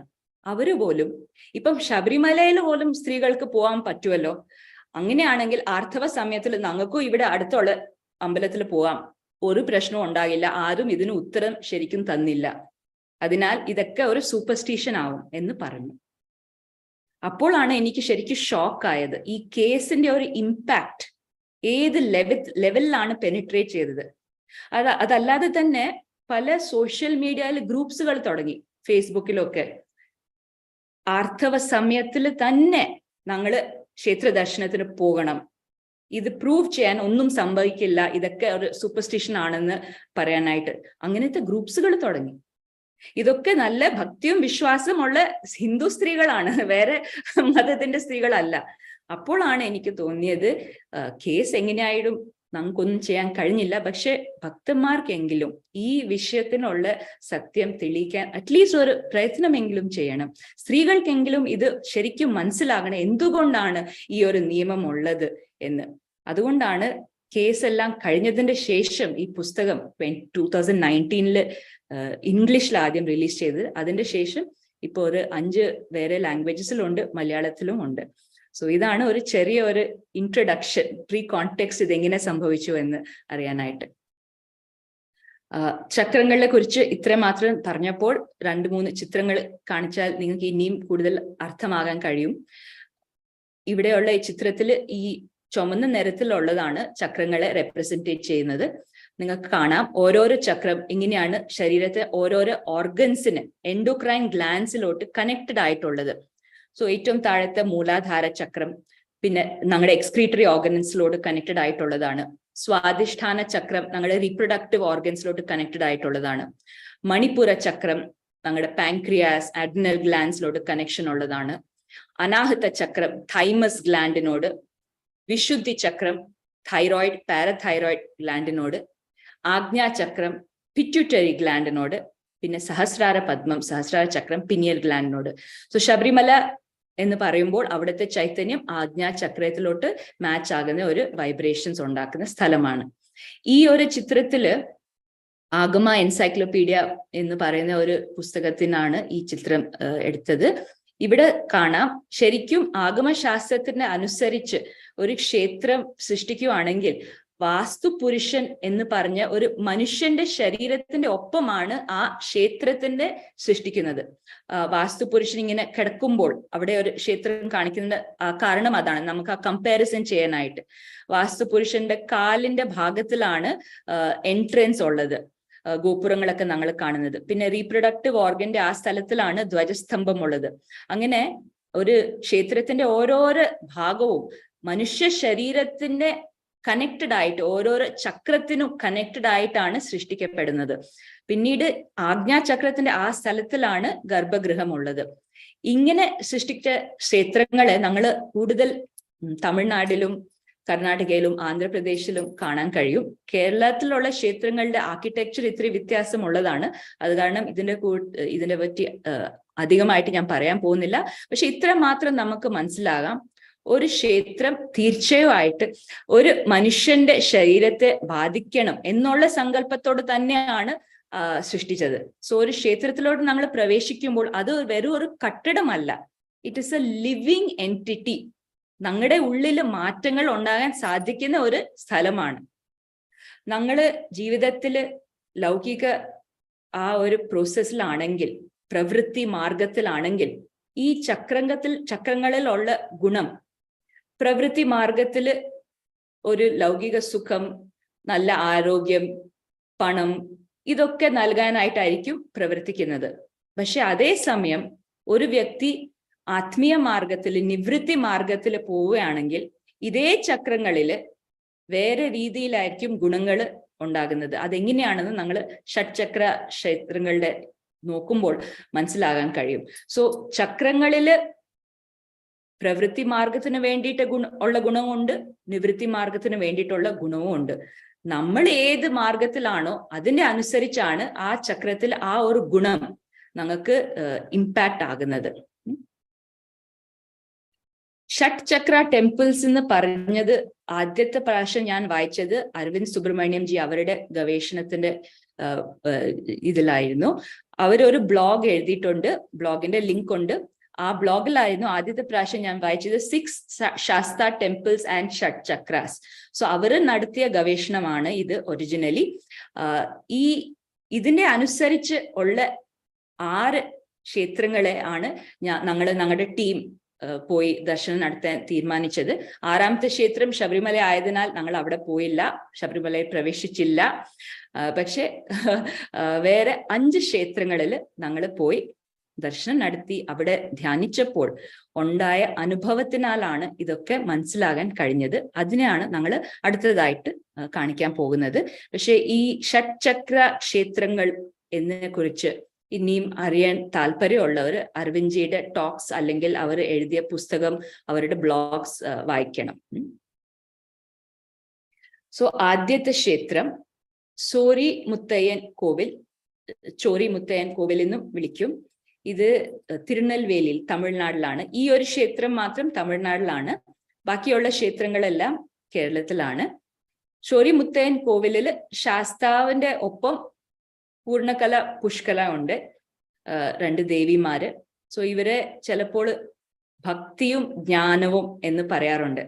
ഞങ്ങൾ ഓരോരോ ചക്രത്തിലും മുകളിലോട്ട് പോകുമ്പോൾ ഞങ്ങൾ കാണും ഈ ഭക്തിയും ജ്ഞാനവും ശാസ്താവിനോട് ഒപ്പമായി ലയിക്കും. അത് കാരണമാണ് ശബരിമലയിൽ ഇവരെ 2 പേരും കാണാൻ കഴിയാത്തത്. അവര് ശാസ്താവിലോട്ട് ഒപ്പം ഒന്നായി ലയിച്ചു. പക്ഷെ ആദ്യത്തെ 2 ക്ഷേത്രത്തില് ഇവര് രണ്ടും ആ ഒരു ശാസ്താവിന്റെ വിഗ്രഹത്തിലോട്ട് ഇച്ചിരി സെപ്പറേറ്റ് ആയിട്ടാണ് കാണുന്നത്. ചോരി മുത്തയ്യൻ കോവിലിലുള്ള ചൈതന്യം മൂലാധാര ചക്രത്തിലോട്ട് മാച്ച് ആകുന്നതാണ്. ഞങ്ങൾ അവിടെ ഇരുന്ന് ധ്യാനിച്ചപ്പോൾ വളരെ സ്പഷ്ടമായിട്ട് വയറ്റിന്റെ താഴത്തെ ഭാഗത്തില് സ്പന്ദനങ്ങൾ അനുഭവിക്കാൻ കഴിഞ്ഞു. അപ്പോഴാണ് ഇങ്ങനെ അനുഭവിക്കാൻ കഴിയുമല്ലോ എന്ന് പോലും ഞങ്ങൾക്ക് മനസ്സിലായത്. ആ ഒരു ധ്യാനം കഴിഞ്ഞതിന് ശേഷം അവിടെയുള്ള പൂജാരിയുടെ ഒപ്പം സംസാരിക്കുമ്പോൾ അവർ പറഞ്ഞതാണ്, അരവിന്ദ്ജി പറഞ്ഞതൊക്കെ തന്നെയാണ് അവരും പറഞ്ഞത്, അതിൽ ഒരു വ്യത്യാസമില്ലായിരുന്നു. അവർ പറഞ്ഞു അതേ ഷഡ്ചക്ര ക്ഷേത്രങ്ങൾ എന്ന് പറഞ്ഞിട്ടുണ്ട്, അതിൽ ആദ്യത്തെ സ്ഥാനമാണ് ഈ ഒരു ക്ഷേത്രം. ഇവിടെ നിന്ന് അടുത്ത ക്ഷേത്രങ്ങളുടെ അവർ പറഞ്ഞതിന്റെ അതേ ക്രമത്തിലാണ് അരവിന്ദ്ജിയും പറഞ്ഞത്. സോ ഞങ്ങൾക്ക് അതൊരു കൺഫർമേഷൻ ആയി. പൂജാരി പറഞ്ഞത് ശരിക്കും മാലാധാരണം സംഭവിക്കേണ്ടത് ഈ ക്ഷേത്രത്തിലാണെന്ന്. ഗുരുസ്വാമിയുടെ ഒപ്പം അയ്യപ്പ ഭക്തന്മാർ യാത്ര തുടങ്ങുന്ന ആദ്യത്തെ സ്ഥലമാണ് ഈ ചോരി മുത്തയ്യൻ കോവിൽ. ഇവിടെ വന്നിട്ടാണ് മാലാധാരണം ചെയ്യേണ്ടത്. പ്രവൃത്തി മാർഗത്തിൽ പോകുന്നവർക്ക് മൂലാധാര ചക്രം അല്ലെങ്കിൽ മൂലാധാര ചക്രത്തിന് മാച്ച് ആകുന്ന ക്ഷേത്രങ്ങൾ ലൗകിക ജീവനത്തിന് വേണ്ടിയിട്ടുള്ള സുഖം, ആരോഗ്യം അതെല്ലാം നൽകുന്ന ക്ഷേത്രങ്ങളായിരിക്കും. പക്ഷെ നാം നിവൃത്തി മാർഗത്തിൽ തുടങ്ങുമ്പോൾ, അയ്യപ്പ ഭക്തന്മാർ പോലെ തുടങ്ങുമ്പോൾ മൂലാധാര ചക്രത്തിലാണ് കുണ്ടലിനിയെ ഉണർത്താൻ സാധിക്കുന്നത്. സോ ശരിക്കും മാലാധാരണം ഗുരുവിന്റെ അനുഗ്രഹം മൂലാധാര ചക്രത്തില് കുണ്ടലിനിയെ ഉണർത്തുന്ന ഒരു പ്രോസസ്സാണ്. അത് മനസ്സിലാക്കിയാൽ ചോരി മുത്തയ്യൻ കോവിലിൽ അതാണ് സംഭവിക്കേണ്ടത്. അത് ആദ്യത്തെ ഒരു സ്റ്റെപ്പാണ്. അവിടുന്ന് 2ാമത്തെ ക്ഷേത്രം ആണ് അച്ഛൻ കോവിൽ ശ്രീ ധർമ്മശാസ്ത്ര ക്ഷേത്രം. ഈ ക്ഷേത്രം കൊല്ലം ജില്ലയിലാണ്. ഇവിടെ മുതലുള്ള ക്ഷേത്രങ്ങളെല്ലാം കേരളത്തിലാണ്. അച്ചൻകോവിൽ ക്ഷേത്രം സ്വാധിഷ്ഠാന ചക്രം, താഴേന്ന് രണ്ടാമത്തെ ചക്രത്തിലോട്ടാണ് പുറത്തുപെടുന്നത്. സ്വാധിഷ്ഠാന ചക്ര എന്ന് പറയുമ്പോൾ നല്ല ആരോഗ്യം, ഐശ്വര്യം അതൊക്കെ നൽകുന്ന ഒരു ക്ഷേത്രമാണ്, ഒരു മണ്ഡലമാണ് നമ്മുടെ ഉള്ളില്. പ്രവൃത്തി മാർഗത്തിൽ അങ്ങനത്തെ ഒരു അനുഭവമായിരിക്കും ഉണ്ടാകുന്നത്. ഈ സ്ഥലം പാമ്പ് കടിക്കുന്ന ചികിത്സയ്ക്ക് ഫേമസ് ആയ ഒരു സ്ഥലമാണ്.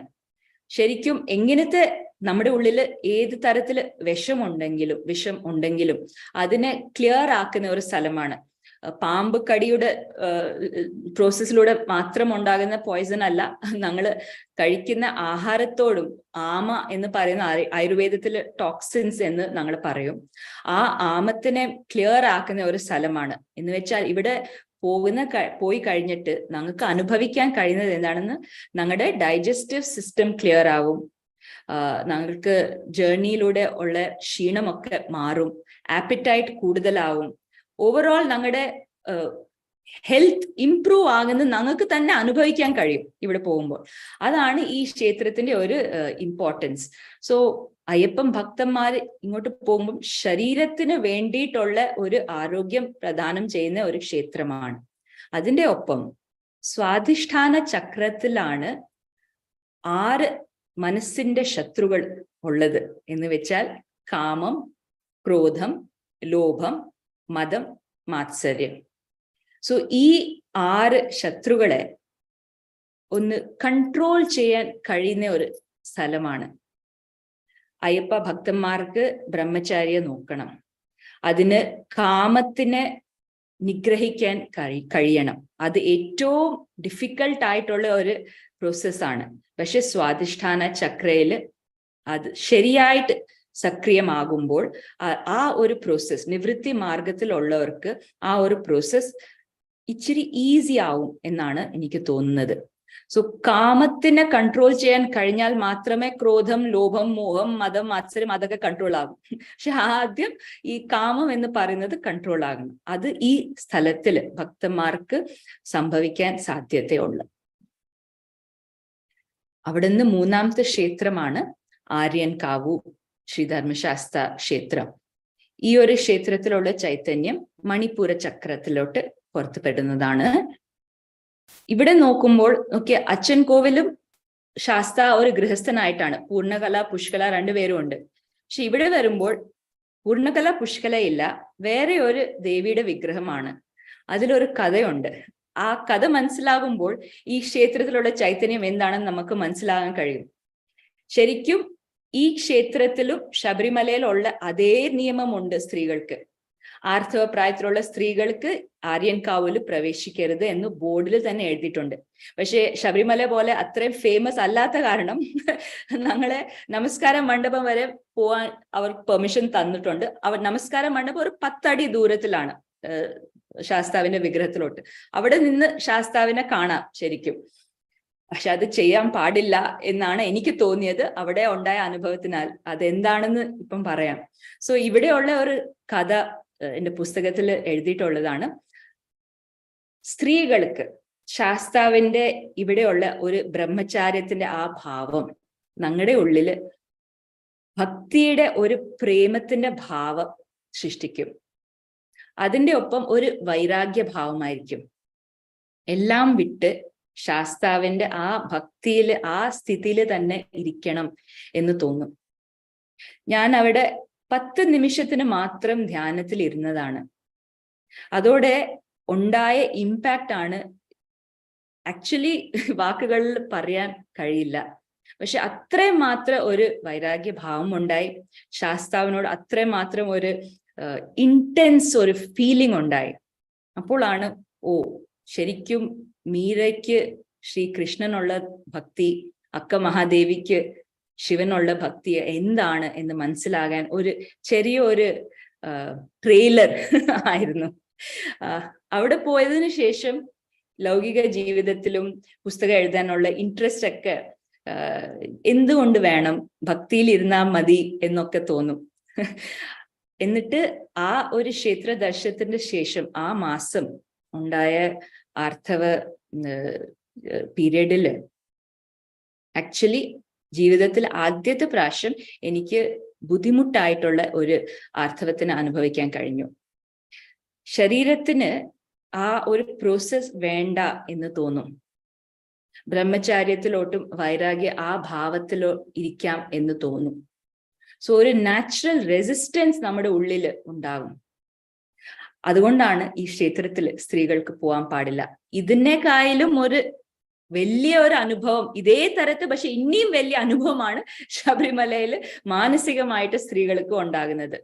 ശാരീരികമായിട്ടും ഇനിയും കൂടുതലായിട്ട് ആർത്തവ ചക്രത്തില് മാറ്റങ്ങളും പ്രശ്നങ്ങളും ശബരിമലയിൽ ഉണ്ടാകും. പക്ഷെ ഈ ക്ഷേത്രം ഒരു ഇമ്പോർട്ടൻറ്റ് സ്ഥലമായിരുന്നു എനിക്ക് ഈ വിഷയം മനസ്സിലാകാനായിട്ട്.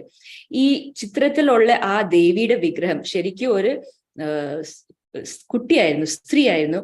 ആ കുട്ടിക്ക് ശാസ്താവിനെ ഇവിടെ കണ്ടപ്പോൾ പ്രേമത്തിന്റെ ഭാവമായി ശാസ്താവിനോട് ലയിച്ചതാണ്. സോ ആ കുട്ടീനെ ഈ ഒരു ക്ഷേത്രത്തില് വിട്ട് ആ കുട്ടിയുടെ അച്ഛൻ ഇങ്ങോട്ട് പോയിട്ട് അടുത്ത ദിവസം തിരിച്ചു വന്നപ്പോൾ ആ കുട്ടി ഇല്ലായിരുന്നു. പകരം ആ ഒരു ചെറിയ വിഗ്രഹമായിരുന്നു. ശാസ്താവിലോട്ട് ലയിച്ചു. ആ ഒരു ഭാവമാണ് ഈ ക്ഷേത്രത്തില് സ്ത്രീകൾക്കുള്ളത്, സ്ത്രീകൾക്ക് അനുഭവിക്കാൻ കഴിയുന്നത്. പക്ഷെ പുരുഷന്മാർക്ക് ഈ ക്ഷേത്രത്തില് വൈരാഗ്യത്തിന്റെ ഭാവമാണ് മണിപ്പൂര ചക്രത്തിൽ കൂടുതൽ അനുഭവിക്കാൻ കഴിയുന്നത്. മണിപ്പൂര ചക്രത്തിന്റെ ഈ ചിത്രം നിങ്ങൾ നോക്കുകയാണെങ്കിൽ, ശ്രദ്ധിക്കുകയാണെങ്കിൽ, ഇവിടെ ഉള്ള ദൈവം രുദ്രനാണ്. രുദ്രൻ ഒരു സേജിന്റെ ആ രൂപത്തിൽ, ഒരു മുനിയുടെ ആ രൂപത്തിൽ ഭസ്മമെല്ലാം ധരിച്ച് വൈരാഗ്യത്തിൽ ഇരിക്കുന്ന ആ ഭാവത്തിലാണ്. ആ ഒരു അനുഭവമാണ് പുരുഷന്മാർക്ക് ഉണ്ടാകുന്നത്. ഇപ്പം ഓർത്തു നോക്കിയേ, അയ്യപ്പ വ്രതം എടുക്കുന്നവർക്ക് ബ്രഹ്മചാര്യത്തിനെ പാലിക്കണം. അത് എത്രമാത്രം ബുദ്ധിമുട്ടുള്ളതാണ്. ഈ ക്ഷേത്രത്തിൽ പോയാൽ അത് സ്വാഭാവികമായിട്ട് സ്ത്രീകൾക്ക് പോലും ഉണ്ടാകും. സോ തീർച്ചയായിട്ടും പുരുഷന്മാർക്കും ആ ഒരു ബ്രഹ്മചാര്യത്തിനെ പാലിക്കാൻ ഇനിയും ഈസി ആയിട്ട് കഴിയും. ആ വൈരാഗ്യം വളരെ നാച്ചുറൽ ആയിട്ട് ഉണ്ടാകും. അതിനാണ് ഈ ക്ഷേത്രം വളരെ ഇമ്പോർട്ടൻ്റ് ആയിട്ടുള്ള സ്ഥലം അയ്യപ്പ ഭക്തന്മാർക്ക്. സോ ഇത് മൂന്നാമത്തെ ക്ഷേത്രമാണ്. ഇവിടെ നിന്ന് അടുത്ത ക്ഷേത്രമാണ് കുളുത്തുപുഴ ബാലശാസ്താ ക്ഷേത്രം. ഇവിടെ ശാസ്താവ് ഒരു ബാലന്റെ രൂപത്തിലാണ്. കുട്ടികൾക്ക് അച്ഛനും അമ്മമാർക്കും ഉള്ള ആ ഒരു സ്നേഹം, ആ ഒരു പ്രേമത്തിന്റെ ഒരു ചൈതന്യമാണ് ഈ ക്ഷേത്രത്തില്. അവിടെ ചെല്ലുമ്പോൾ ഉടനെ നമുക്കത് അനുഭവിക്കാൻ കഴിയും. ഒരു ഡിഫിക്കൽട്ടി ഇല്ലാതെ വളരെ ഈസി ആയിട്ട് ഒരു സ്നേഹം, ഒരു കാരുണ്യം അവിടെ ഞങ്ങൾക്കും അനുഭവിക്കാം. ഞങ്ങളുടെ we will also feel like expressing that. ഞങ്ങളുടെ അവിടെ ചെല്ലുമ്പോൾ ഏറ്റവും അധികം എനിക്ക് സ്പന്ദന അനുഭവിക്കാൻ കഴിഞ്ഞത് അനാഹത ചക്രത്തിന്റെ ഹൃദയസ്ഥാനത്തിലായിരുന്നു. അത് ഈ ക്ഷേത്രത്തിലായിരുന്നു. ഒന്നും ധ്യാനത്തിൽ ഇരിക്കേണ്ട ആവശ്യം പോലും ഇല്ല. അവിടെ ചെന്നാൽ മതി, ഉടനെ ഹൃദയസ്ഥാനത്തിൽ ആ സ്പന്ദനം, ആ ഒരു വൈബ്രേഷൻ തുടങ്ങും. വളരെ എളുപ്പമായിട്ട് നമുക്കിത് മനസ്സിലാകാൻ കഴിയും. കുട്ടികൾക്ക് എന്തുകൊണ്ടാണ് ഈ ക്ഷേത്രത്തിൽ പോകണം എന്ന് പറയുന്നത്, അവർക്ക് എങ്ങനെയാണ് രോഗവിമുക്തി ലഭിക്കുന്നതെന്ന് ചോദിച്ചാൽ, അനാഹത ചക്രത്തിലാണ് ഭയം നീക്കുന്ന സ്ഥലം. പല പ്രാവശ്യവും കാളി, ഭദ്രകാളി, ദുർഗ ഇവരെല്ലാം അനാഹത ചക്രത്തിൽ സ്ഥിതി ചെയ്യുന്ന ദേവികളാണ്. അവര് ഭയം നീക്കുമ്പോൾ എല്ലാവരോടും ഒരു കാരുണ്യത്തിന്റെ ഭാവം ഉണ്ടാകാൻ വളരെ എളുപ്പമായിരിക്കും. കുട്ടികൾക്ക് ഭയമുണ്ടെങ്കിൽ ആ ഭയത്തോടെ പല അസുഖങ്ങൾ ഉണ്ടാകാൻ സാധ്യതയുണ്ട്. സോ അത് നീക്കുന്ന സ്ഥലമാണ് ഈ ക്ഷേത്രം. നിവൃത്തി മാർഗത്തിൽ അയ്യപ്പ ഭക്തന്മാർക്ക് ആ ഒരു കാരുണ്യത്തിന് അനുഭവിക്കാൻ കഴിഞ്ഞില്ലെങ്കിൽ ഇനി മോക്ഷത്തിനെ കുറിച്ച് സംസാരിച്ച ഉപയോഗമില്ല. ആദ്യം ആ ഒരു കമ്പാഷൻ, ആ ഒരു ഭാവം നമ്മുടെ ഉള്ളിൽ ഉണ്ടാകണം. നിവൃത്തി മാർഗത്തില് അയ്യപ്പൻ ഭക്തന്മാരോട് പറയാറുണ്ട്, നിങ്ങൾ കാണുന്ന എല്ലാവരും അയ്യപ്പ സ്വാമി എന്ന് തന്നെ കരുതി അവരെ അയ്യപ്പ സ്വാമി എന്ന് തന്നെ വിളിക്കണം. അത് മനുഷ്യരായിരിക്കാം, ജന്തുക്കളായിരിക്കാം, കാണുന്നതെല്ലാം അയ്യപ്പന്റെ ഒരു ഭാഗമാണ്, ഒരു അംശമാണെന്ന് ഞങ്ങൾ മെന്റലി പറയാറുണ്ട്. പക്ഷെ അത് ഒരു ഇന്റലക്ച്വൽ ആയിട്ട് പറയുന്നതല്ല, അനുഭവത്തോടെ മനസ്സിലാക്കണം. ആ അനുഭവത്തോടെ ആ ഒരു ഏകത്വത്തിന്റെ അനുഭവം ഉണ്ടാകണമെങ്കിൽ അനാഹത ചക്ര സക്രിയമായിട്ട് അവിടെയുള്ള ആ ഒരു പ്രേമം, ഒരു കാരുണ്യത്തിന് അനുഭവിക്കണം. അങ്ങനെയാണ് കുളുത്തുപുഴ ബാലശാസ്ത ക്ഷേത്രം അയ്യപ്പ ഭക്തന്മാരെ അടുത്ത പാദത്തിലോട്ട് പോകാനായിട്ട് സഹായിക്കുന്നത്. പിന്നീടുള്ളതാണ് അഞ്ചാമത്തെ ക്ഷേത്രം എരുമേലി ധർമ്മശാസ്ത്ര ക്ഷേത്രം. പലർക്കും അറിയുന്ന ക്ഷേത്രമാണ്. എന്തുകൊണ്ടാണെങ്കിൽ പെട്ടത്തുള്ളൽ ഇവിടെയാണ് നടക്കുന്നത്. ഈ ക്ഷേത്രം വിശുദ്ധി ചക്രത്തിലുള്ള ഒരു വൈബ്രേഷൻസിലോട്ട് മാച്ച് ആകുന്ന ക്ഷേത്രമാണ്. വിശുദ്ധി ചക്രത്തിനെ ഞങ്ങള് മോക്ഷദ്വാരം എന്ന് വിളിക്കും. എന്ന് വെച്ചാൽ സാധനയുടെ യോഗയുടെ മാർഗത്തിലൂടെ ഞങ്ങള് കുണ്ടലിനിയെ വിശുദ്ധി ചക്രത്തിന് ആ ഒരു സ്ഥലം വരെ ഉയർത്താൻ കഴിയും. അവിടെ നിന്ന് മോക്ഷത്തിന് വേണ്ടി മുകളിലോട്ട് പോകണമെങ്കിൽ ഗുരുവിന്റെ അനുഗ്രഹം ഇല്ലാതെ കഴിയില്ല. സോ ഈ ദ്വാരത്തിന്റെ ഇവിടെ വന്ന് എല്ലാ പ്രോസസ്സും ഒരു തൽക്കാലത്തേക്ക് നിൽക്കുന്ന സ്ഥലമാണ്. ഇവിടെ നിന്ന് മുകളിലോട്ട് പോകുന്നതാണ് ശരിക്കും അയ്യപ്പ യാത്ര തുടങ്ങുന്നത്, ശബരിമലയ്ക്ക് പോകുന്ന യാത്ര തുടങ്ങുന്നത്. സോ വിശുദ്ധി ക്ഷേത്രമാണ് മോക്ഷദ്വാരം. ഇനി ശബരിമല ഞാൻ പോയിട്ടില്ല. സോ അതുകൊണ്ട് ആ ക്ഷേത്രത്തിന്റെ കുറിച്ച് അത്രമാത്രം പറയാൻ കഴിയില്ല എനിക്ക്. പക്ഷെ ആജ്ഞാചക്രത്തിന് മാച്ച് ആകുന്ന ഒരു വൈബ്രേഷൻ നമ്മുടെ ഉള്ളിൽ ഉണ്ടായാൽ ആർത്തവപ്രായത്തിലുള്ള സ്ത്രീകൾക്ക് എങ്ങനെയാണ് അവരുടെ ഹോർമോൺസിൽ മാറ്റം ഉണ്ടാകുന്നതിന് ഇപ്പം എക്സ്പ്ലെയിൻ ചെയ്യാം. ഓരോരോ ചക്രം ഓരോരോ എൻഡോക്രൈൻ ഗ്രന്ഥിയിലോട് മാച്ച് ആകുന്നതാണ്, ഇൻഫ്ലുവൻസ് ചെയ്യാൻ കഴിയുന്നതാണ്. ആജ്ഞാചക്ര ഞങ്ങളുടെ ഉള്ളിൽ പിറ്റ്യൂട്ടറി ഗ്ലാൻഡിനെ ഇൻഫ്ലുവൻസ് ചെയ്യുന്ന ഒരു സ്ഥലമാണ്. ഈ ചിത്രത്തിൽ നിങ്ങൾക്ക് കാണാം പിറ്റ്യൂട്ടറി ഗ്ലാൻഡിന്റെ പ്രോസസ്സുകൾ തുടങ്ങണമെങ്കിൽ ഞങ്ങളുടെ ഉള്ളിൽ ഏത് ഹോർമോൺ, റീപ്രൊഡക്റ്റീവ് ഹോർമോൺസ് ഒക്കെ റിലീസ് ആകുന്നത് ഈ പിറ്റ്യൂട്ടറി ഗ്ലാൻഡിന്റെ ഫംഗ്ഷന്റെ അത് കാരണമാണ്. സോ ആദ്യം പിറ്റ്യൂട്ടറി ഗ്ലാൻഡ് സക്രിയമാകുന്നത് ഹൈപ്പോതാലമസ് എന്ന് പറയുന്ന സ്ഥലത്ത് നിന്ന് ഗൊനാഡോട്രോഫിൻ റിലീസിംഗ് ഹോർമോൺ GnRH റിലീസ് ആകുമ്പോഴാണ്. ആജ്ഞാചക്ര സക്രിയമാകുമ്പോൾ ഈ പിറ്റ്യൂട്ടറി ഗ്ലാൻഡിനെ വളരെ അധികമായിട്ട് ആക്ടിവേറ്റ് ചെയ്യും. പിറ്റ്യൂട്ടറി ഗ്ലാൻഡ് ആക്ടിവേറ്റ് ആകുമ്പോൾ FSH ഫോളിക്കൽ സ്റ്റിമുലേറ്റിംഗ് ഹോർമോൺ, പിന്നീട് LH ലൂട്ടനൈസിംഗ് ഹോർമോൺ എന്ന് പറയുന്ന 2 ഹോർമോൺസ് റിലീസ് ആവും. പുരുഷന്മാരുടെ ശരീരത്തിലും ഇത് സംഭവിക്കും, സ്ത്രീകളുടെ ശരീരത്തിലും ഇത് സംഭവിക്കും. പക്ഷെ വ്യത്യാസം എന്താണെന്ന് നമുക്കിപ്പം മനസ്സിലാക്കാം. ഈ 2 ഹോർമോൺസിലൂടെ ആണ് ടെസ്റ്റോസ്റ്ററോൺ എന്ന് പറയുന്ന male hormone, androgen male hormone create ആകുന്നത്. ഇപ്പം ടെസ്റ്റോസ്റ്ററോൺ പുരുഷന്മാർക്ക് വളരെ ഇമ്പോർട്ടൻ്റ് ആയിട്ടുള്ള ഒരു ഹോർമോണാണ്. അവർക്ക് അവരുടെ ആരോഗ്യത്തിനും എല്ലാത്തിനും വേണ്ടിയിട്ട് വളരെ നല്ല ഹോർമോണാണ്. പക്ഷെ സ്ത്രീ ശരീരത്തിന് ടെസ്റ്റോസ്റ്ററോൺ വളരെ വളരെ കുറഞ്ഞ ഒരു ക്വാണ്ടിറ്റിയിലാണ് വേണ്ടിയത്, അതും ഓവ്യുലേഷന്റെ ആ സമയത്തിൽ മാത്രം. ബാക്കിയുള്ള ടെസ്റ്റോസ്റ്ററോൺ ഞങ്ങളുടെ അണ്ടാശയം, ഓവറീസ്, ഫീമെയിൽ ഹോർമോൺ എസ്ട്രോജൻ എന്ന് പറയുന്ന ഹോർമോണിലോട്ട് കൺവേർട്ട് ചെയ്യുകയാണ് സംഭവിക്കുന്നത് നോർമൽ ഒരു ആർത്തവ ചക്രത്തില്. സോ പിറ്റ്യൂട്ടറിന്ന് വേറെ വേറെ ഹോർമോൺസ് ഉണ്ടാകുന്നു, അത് ടെസ്റ്റോസ്റ്ററോനെ ക്രിയേറ്റ് ആക്കുന്നു. ആ ടെസ്റ്റോസ്റ്ററോനെ സ്ത്രീകളുടെ ശരീരത്തില് ഞങ്ങളുടെ അണ്ടാശയം ഈസ്ട്രോജനിലോട്ട് കൺവേർട്ട് ചെയ്യണം. അപ്പോഴാണ് ആർത്തവ ചക്രം നോർമൽ ആയിട്ട് ഉണ്ടാകുന്നത്. പക്ഷേ ഞങ്ങള് ആജ്ഞാചക്രത്തിനെ മാത്രം സക്രിയമാക്കുമ്പോൾ അധികം ടെസ്റ്റോസ്റ്ററോൺ ക്രിയേറ്റ് ആകുന്നു. അതേസമയം സ്വാധിഷ്ഠാന ചക്ര, ഞങ്ങളുടെ ഓവറീസ് അണ്ടാശയത്തിനെ ഇൻഫ്ലുവൻസ് ചെയ്യുന്ന താഴത്തെ ചക്രത്തിന്റെ പേരാണ് സ്വാധിഷ്ഠാന ചക്ര. ആ സ്വാധിഷ്ഠാന ചക്ര അത്രമാത്രം ഫ്രീക്വൻസിയിൽ അതിന് ജോലി ചെയ്യാൻ കഴിയുന്നില്ല. ഇവിടെ മാത്രം ആക്ടിവേറ്റ് ആകുന്നു, താഴെ ആക്ടിവേറ്റ് ആകുന്നില്ല. അപ്പോൾ ഉള്ള ടെസ്റ്റോസ്റ്ററോണെല്ലാം ഈസ്ട്രോജനോട്ട് കൺവേർട്ട് ആകാൻ കഴിയുന്നില്ല. അതിനാൽ രക്തത്തിൽ കൂടുതൽ ടെസ്റ്റോസ്റ്ററോൺ ഉണ്ടാകും. അപ്പോഴാണ് സ്ത്രീ ശരീരത്തില് പുരുഷന്മാരുടെ ഒരു ക്വാളിറ്റീസ് ഉണ്ടാകുന്നത്. മുഖത്തില് അധികം ഫേഷ്യൽ ഹെയർ ഉണ്ടാകും, അല്ലെങ്കിൽ അവരുടെ വോയിസിൽ മാറ്റങ്ങൾ ഉണ്ടാകും. തീർച്ചയായിട്ടും ആർത്തവ ചക്രത്തില് ചേഞ്ചസ് ഉണ്ടാകും. അല്ലെങ്കിൽ മെനോപോസ് വളരെ ബിഫോർ ടൈം ഉണ്ടാകാൻ സാധ്യതയുണ്ട്. ഞങ്ങൾ PCOD എന്ന് പറയുന്ന അസുഖം പോലും ടെസ്റ്റോസ്റ്ററോൺ കൂടുതൽ ഉണ്ടാകും സംഭവിക്കുന്നതാണ്. ഇതിനൊക്കെ കാരണം ഞങ്ങൾ ആജ്ഞാചക്രത്തിനെ മാത്രം ആക്ടിവേറ്റ് ചെയ്യുന്നു, അതേ റേറ്റില് താഴത്തെ സ്വാധിഷ്ഠാന ചക്രത്തിനെ ആക്ടിവേറ്റ് ചെയ്യുന്നില്ല. അതുകൊണ്ടാണ് ഇത് ഉണ്ടാകുന്നത്, സംഭവിക്കുന്നത്. ഇനിയൊരു കാര്യം നാം മനസ്സിലാക്കണം. ഇപ്പോഴാണ് ശരിക്കും നമ്മൾ ബ്രഹ്മചാര്യം എന്ന് പറയുന്നതിന്റെ അർത്ഥം മനസ്സിലാക്കേണ്ടത്.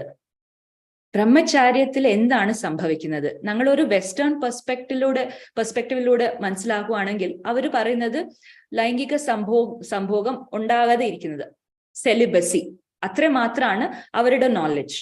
പക്ഷെ നമ്മുടെ ഈ ഒരു ഇന്ത്യൻ സിസ്റ്റമില്, ശാസ്ത്രങ്ങളിൽ അനുസരിച്ച് ബ്രഹ്മചാര്യം എന്ന് പറഞ്ഞാൽ സെലിബസി വിത്ത് സാധന, സെലിബസിയുടെ ഒപ്പം സാധനയും ചെയ്യണം. ആ സാധനത്തിന്റെ പരിണാമത്തിനായി എന്താണ് സംഭവിക്കുന്നത്? ഞങ്ങളുടെ സെക്ഷുവൽ ഫ്ലൂയിഡ്സിലുള്ള മനുഷ്യ ബീജം പുരുഷന്മാരിൽ രേതസ്സിലും സ്ത്രീകളിൽ ആർത്തവ രക്തത്തിലുമാണ് ഉള്ളത്. ഈ ഒരു ബീജത്തിന്റെ സൂക്ഷ്മമായി കൺവേർട്ട് ചെയ്യാൻ കഴിയുന്നതാണ് ബ്രഹ്മചാര്യം. മനുഷ്യ ബീജത്തിനെ ഓജസ്സിലോട്ടും തേജസ്സിലോട്ടും സൂക്ഷ്മമായി കൺവേർട്ട് ചെയ്ത് മുകളിലുള്ള ചക്രങ്ങളിലോട്ട് വലിച്ചെടുക്കുന്നതാണ് ബ്രഹ്മചാര്യം. പുരുഷന്മാർക്ക് സെലിബസിയുടെ ഒപ്പം സാധന ചെയ്യുമ്പോൾ അവരുടെ ഉള്ളിൽ ഇത് സംഭവിക്കും. പക്ഷെ സ്ത്രീകള് സെലിബസി മെയിൻറ്റെയിൻ ചെയ്താൽ പോലും പ്രതിമാസവും ആർത്തവം ഉണ്ടാകുമ്പോൾ അവരുടെ ബീജം, അണ്ഡം പുറത്തോട്ട് വരും. സോ അത് കാരണമാണ് സ്ത്രീകൾക്ക് ബ്രഹ്മചാര്യം എന്നുള്ള പദം ശരിക്കും ഞങ്ങൾക്ക് ഉപയോഗിക്കാൻ കഴിയാത്തത്. ബിക്കോസ് അത് സെലിബസി മാത്രമല്ല, ആ ബീജത്തിനെ ഞങ്ങള് പ്രോസസ് ചെയ്ത് സൂക്ഷ്മമായ തത്വത്തിലോട്ട് കൺവേർട്ട് ചെയ്യണം. അത് സ്ത്രീകളുടെ ഉള്ളില് ആർത്തവം നിന്ന് കഴിഞ്ഞ ശേഷം മാത്രം സംഭവിക്കും. അല്ലെങ്കിൽ ഈ ബ്രഹ്മചാര്യത്തിന്റെ സങ്കല്പമുള്ള ശബരിമല ക്ഷേത്രത്തിൽ സ്ത്രീകൾ പ്രവേശിച്ചാൽ ഫോഴ്സിബിലി ആർത്തവ ചക്രം നിൽക്കും. ആ ബീജത്തിനെ ഇങ്ങനെ സൂക്ഷ്മമായിട്ട് കൺവേർട്ട് ചെയ്യാനായിട്ട് ആർത്തവ ചക്രം തന്നെ സ്റ്റോപ്പ് ആകും. അതാണ് ശരിക്കും സംഭവിക്കുന്നത്. ഞങ്ങൾ തന്നെയും പിന്നെയും അയ്യപ്പനെ നൈഷ്ഠിക ബ്രഹ്മചാരിയ എന്ന് പറയുമ്പോൾ മനസ്സിലാക്കേണ്ടത് ഇതാണ്. അവിടെ ചെല്ലുമ്പോൾ അയ്യപ്പനല്ല എഫക്റ്റ് ആകുന്നത്, സ്ത്രീകൾക്കാണ്. ആ ബ്രഹ്മചാര്യത്തിന്റെ ആ തത്വം അവരുടെ ഉള്ളില് ബീജത്തിനെ നിലനിർത്തി സൂക്ഷ്മമായ തത്വത്തിലോട്ട് കൺവേർട്ട് ചെയ്യുമ്പോൾ ആർത്തവ ചക്രത്തില് മാറ്റങ്ങൾ ഉണ്ടാകും. അല്ലെങ്കിൽ ആർത്തവം തന്നെ നിന്നു പോകുന്ന സാധ്യത ഉണ്ട്. സോ ഈ കാരണത്തിനാലാണ് സ്ത്രീകൾക്ക് അവിടെ പോകാൻ പാടില്ല എന്ന് പറയുന്നത്. പല സ്ത്രീകൾ ബദ്രിനാഥ്, കേദർനാഥ്, കൈലാഷ്, മാനസരോവർ ഇങ്ങനത്തെ ക്ഷേത്രങ്ങളിൽ പോയി സന്ദർശിച്ചതിന് ശേഷം അവരുടെ ആർത്തവ ചക്രത്തിൽ ബുദ്ധിമുട്ടുകൾ ഉണ്ടായി, അല്ലെങ്കിൽ അത് 2-3 മാസത്തിന് വന്നേയില്ല. അപ്പോഴാണ് അവര് ഇന്റർനെറ്റിൽ ഇതിനായിട്ടുള്ള ഒരു ഇൻഫർമേഷൻ തപ്പുമ്പോൾ എൻ്റെ വീഡിയോസ് കാണുന്നത്, പിന്നീട് എനിക്ക് കത്തുകൾ എഴുതുന്നത്. ഇങ്ങനത്തെ പല കത്തുകൾ എൻ്റെ കയ്യിൽ ഉണ്ട്. പക്ഷെ ഇതൊന്നും പബ്ലിക്ലി ഷെയർ ചെയ്യാൻ കഴിയില്ല, പ്രൈവസി ലോസ് ഉള്ള കാരണം. പക്ഷെ ഇത് ശരിക്കും സംഭവിക്കുന്നത് ഇത് തന്നെയാണ്. സ്ത്രീകൾക്ക് അനുഭവത്തോടെ ഇത് മനസ്സിലാകാൻ കഴിയും. ശബരിമല ലോകത്തിലുള്ള ഒരേ ഒരു ക്ഷേത്രമല്ല ഈ നിയമമുള്ളത് എന്ന് പറയാൻ ഇഷ്ടപ്പെടുന്നു. ഞാൻ ഗവേഷണം നടത്തുമ്പോൾ വളരെ ഇൻട്രസ്റ്റിംഗ് ആയിട്ട് ഞാൻ കണ്ടത് ഗ്രീസിൽ മൗണ്ട് ഏത്തോസ് എന്ന് പറഞ്ഞ ഒരു സ്ഥലമുണ്ട്. അവിടെ ഈസ്റ്റേൺ ഓർത്തഡോക്സ് ചർച്ചിൽ ഇതേപോലത്തെ ഒരു നിയമമാണ്. ഇവിടെ പുരുഷന്മാർക്ക് പോലും 18 years കഴിഞ്ഞിട്ടാണ് അവിടെ പ്രവേശിക്കുന്നത്. എന്തുകൊണ്ടാണെങ്കിൽ ആ സ്ഥലം ബീജത്തിന്റെ സംരക്ഷണത്തിന് മുകളിലോട്ടായിരിക്കും വലിക്കുന്നത്. സോ അവരുടെ റീപ്രൊഡക്റ്റീവ് ഹെൽത്തിന് എഫക്റ്റ് ആവും. സോ 18 years ആണ് കട്ട് ഓഫ് പുരുഷന്മാർക്ക് പോലും. എന്നിട്ട് അവിടെ ഫീമെയിൽ ആനിമൽസ് പോലും അലൗഡ് അല്ല. അത്രമാത്രം സ്ട്രിക്റ്റ് ആണ്. സോ അവിടെ ഉള്ള ബ്രഹ്മചാരിമാരുടെ ഫോട്ടോ ആണ് ഇവിടെ ഈ സ്ലൈഡിൽ നിങ്ങൾ കാണാൻ കഴിയുന്നത്. എക്സാക്ട്ലി ശബരിമല പോലെ തന്നെ ഒരു ക്ഷേത്രം ജപ്പാനില് മൗണ്ട് ഓമീൻ എന്ന് പറഞ്ഞ ഒരു സ്ഥലത്തിലുണ്ട്. വിക്കിപീഡിയയിലും ഈ ഫോട്ടോസ് ഒക്കെ നിങ്ങൾക്ക് കാണാം. അവിടെ ഒരു ബോർഡ് ഉണ്ട്, നോ വുമൻ അഡ്മിറ്റഡ് എന്ന് പറഞ്ഞ്. ആ മലം കയറുന്ന മുമ്പായിട്ട് തന്നെ ആ ബോർഡ് ഉണ്ട്. ഞങ്ങള് കറുത്ത വസ്ത്രം ധരിച്ച് മല കയറുന്നു, അവർ വെളുത്ത വസ്ത്രം ധരിച്ചാണ് കയറുന്നത്. ഞങ്ങൾക്ക് പമ്പ നദി ഉള്ളതുപോലെ തന്നെ അവർക്ക് ഒരു നദിയുണ്ട്. അവിടെ സ്നാനം ചെയ്തിട്ടാണ് മലം കയറി അവിടുത്തെ ഒരു ഷ്രൈനിലോട്ട് പോകുന്നത്. ഈ ഒരു മൗണ്ട് ഒമീനിലും ഇവിടെ ഭാരതത്തിൽ നടന്ന പോലെ തന്നെ ആക്ടിവിസ്റ്റുകൾ കേസ് നടത്തി കോടതിയിലോട്ട് പോയി സ്ത്രീകളെ അലൗ ചെയ്യണം എന്ന് പറഞ്ഞു ബഹളം ഉണ്ടാക്കി. പിന്നീട് സംഭവിച്ചതാണ് ഇൻട്രസ്റ്റിംഗ്. കഴിഞ്ഞ മാസം ജപ്പാനിൽ ഒരു സ്ത്രീയെ എനിക്ക് മീറ്റ് ചെയ്യാൻ കഴിഞ്ഞു. സോ ഞാൻ ചോദിച്ചു എന്തായി അവിടുത്തെ ഒരു കേസിന്റെ ഒക്കെ. അവർ പറഞ്ഞു സർക്കാർ ഇപ്പം ആ സ്ഥലത്തെ പൂർണ്ണമായി ക്ലോസ് ചെയ്തിരിക്കുകയാണ്. പുരുഷന്മാർക്കും അലൗഡ് അല്ല, സ്ത്രീകൾക്കും അലൗഡ് അല്ല. അവിടെ ഉള്ള ഒരു പൂജാരി മാത്രം പോയി പൂജ ചെയ്തിട്ട് തിരിച്ചു വരും. സോ ഇതാണ് ജപ്പാനിൽ അവർ ചെയ്തത്. ഇതേ ഒരു കേസ്, എക്സാക്ട്ലി സെയിം കേസാണ്. അവരുടെ റിയാക്ഷൻ, അവരുടെ റെസ്പോൺസ് ഇങ്ങനെയായിരുന്നു. ഞങ്ങള് മോക്ഷധാമം എന്ന് പറയുമ്പോൾ ആൽറ്റിറ്റ്യൂഡിന്റെ ഒരു ഇമ്പാക്ട് ഉണ്ടാകും.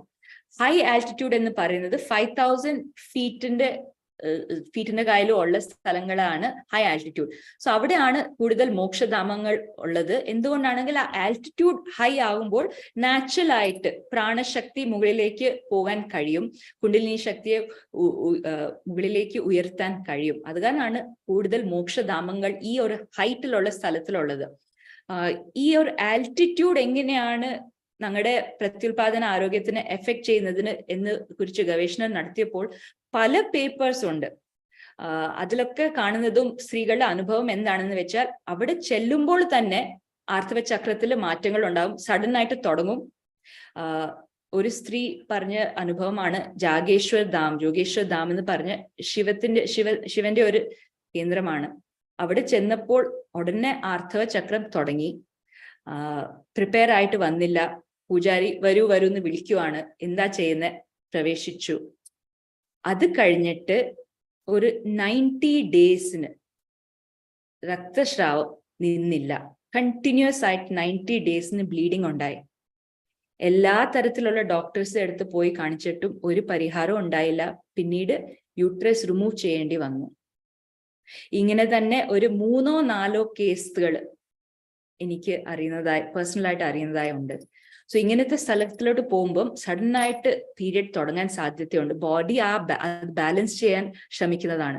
അവിടെ തന്നെ താമസിക്കുന്ന ആൾക്കാർക്ക് അവരുടെ ബോഡി, അവരുടെ റീപ്രൊഡക്റ്റീവ് ഓർഗൻസ് എങ്ങനെയോ അഡ്ജസ്റ്റ് ചെയ്തിട്ടുണ്ട്. അതിലുള്ള റിസർച്ച് സ്റ്റഡീസും ഉണ്ട്. പക്ഷെ പുറത്തുനിന്ന് വരുന്ന ആൾക്കാർക്ക് സഡൻ ആയിട്ട് ആ ആൽറ്റിറ്റ്യൂഡ് ഉണ്ടാകുമ്പോൾ ഞങ്ങളുടെ ഉള്ളില് ആ ചക്രത്തില് മാറ്റം ഉണ്ടാകും. സോ അത് കാരണമാണ് മോക്ഷധാമത്തിൽ പോകുന്നത് ശരിക്കും ഈ ഒരു മെനോപോസ് കഴിഞ്ഞിട്ടാണ്. മോക്ഷം വേണം എന്നുള്ള സങ്കല്പത്തോടാണ് ആദ്യം അവിടെ പോകേണ്ടത്. സോ മെനോപോസ് കഴിഞ്ഞിട്ട് അതിനുള്ള പ്രിപ്പറേഷൻസ് ചെയ്തിട്ടാണ് അവിടെ ശരിക്കും പോകേണ്ടത്. ഈ ഞങ്ങളുടെ എല്ലാ മോക്ഷധാമങ്ങളുടെ ഹൈറ്റ് ആൽറ്റിറ്റ്യൂഡ് നോക്കിയാൽ ജാഗേശ്വർ 6000 ഫീറ്റ്, ബദ്രിനാഥ് 10,000+ ഫീറ്റ്, കേദർനാഥ് 11,000+, അമർനാഥ് 12,000, കൈലാഷ് 21,000, 5,000ലും കൂടുതലുള്ളതെല്ലാം ഹൈ ആൽറ്റിറ്റ്യൂഡ് ആണെന്ന് പറയുന്നത്. സോ ജസ്റ്റ് ഇമാജിൻ ഇതൊക്കെ എങ്ങനെയായിരിക്കും. ശബരിമലയിൽ നോക്കുമ്പോൾ it is not Sabarimala which is at a high elevation. ആ യാത്രയിൽ കരിമല എന്നുള്ള ഒരു പർവ്വതമുണ്ട്. അരവിന്ദ്ജിയാണ് ഇതിനെ കുറിച്ച് എന്നോട് പറഞ്ഞത്. കരിമല കയറുന്നതാണ് ഏറ്റവും ബുദ്ധിമുട്ടുള്ള സംഭവം. And Karimala is at A elevation of 6,500 feet. So സ്ത്രീകൾക്ക് ആ യാത്ര ശരിക്കും ആ യാത്രയുടെ മോക്ഷ സങ്കല്പത്തിലൂടെ പോവുകയാണെങ്കിൽ, ആർത്തവ സമയത്തിൽ പോവുകയാണെങ്കിൽ they will have a lot of period issues. ഇതല്ലാതെ തന്നെ ആർത്തവം നിന്ന് കഴിഞ്ഞാലും ഒരു 7 years എങ്കിലും വെയിറ്റ് ചെയ്യണം എന്നാണ് അരവിന്ദ്ജി പറഞ്ഞത്. അതിന്റെ മുമ്പായിട്ട് പോകുന്ന ആർത്തവം നിന്നു മെനോപോയ്സ് ആയി എന്ന് ആലോചിച്ച് യാത്രയിൽ പോകുന്ന ചില സ്ത്രീകൾക്ക് പെട്ടെന്ന് പീരിയഡ് തുടങ്ങും അൺഎക്സ്പെക്റ്റഡ് ആയിട്ട്. സോ അത് കാരണമാണ് 7 years എങ്കിലും വെയിറ്റ് ചെയ്തതിന്റെ ശേഷമാണ് പോകേണ്ടത് എന്ന് പറയാറുള്ളത്. സോ ഇത്രയും മാത്രമാണ് ഇന്നത്തെ പ്രസന്റേഷൻ. ഇത്രയും അധികം ടെക്നിക്കൽ ടേംസ് മലയാളത്തിൽ സംസാരിക്കുന്നത് ആദ്യത്തെ പ്രാവശ്യമാണ്. സോ ഭാഷയിൽ എന്തെങ്കിലും തെറ്റുണ്ടായിട്ടുണ്ടെങ്കിൽ ക്ഷമിക്കണം. സ്വാമി ശരണം. വളരെ നന്ദി സിനുജി. ഇത്രയും കോംപ്ലക്സ് ആയ ഒരു സബ്ജക്ട് വളരെ ലളിതമായിട്ട് സാധാരണക്കാർക്ക് മനസ്സിലാവണമാരി പറഞ്ഞിരുന്നു. കുറച്ച് ഫോളോ അപ്പ് ക്വസ്റ്റ്യൻസ് ഉള്ളത്. അപ്പൊ ആർത്തവ സമയത്ത് സ്ത്രീകൾക്ക് നാമസങ്കീർത്തനം അല്ലാണ്ട് ബാക്കി എല്ലാ ആധ്യാത്മിക കാര്യങ്ങളും വർജ്യമാണ്. ആർത്തവ സമയത്തിലാണോ നിങ്ങൾ ചോദ്യം, അല്ലെങ്കിൽ ആർത്തവ വയസ്സില്? During period. So during period ശരിക്കും പറയുവാണെങ്കിൽ ഭക്തിയുടെ ആ ഭാവം ഉണ്ടായാൽ മാത്രം മതി, പ്രാണം മുകളിലോട്ടായിരിക്കും പോകുന്നത്. സോ ഞങ്ങള് നാമം ജപിക്കുമ്പോഴും ഭക്തി ഇല്ലെങ്കിൽ ഒന്നില് ഭക്തി ഉണ്ടായി അത് ചെയ്യണം.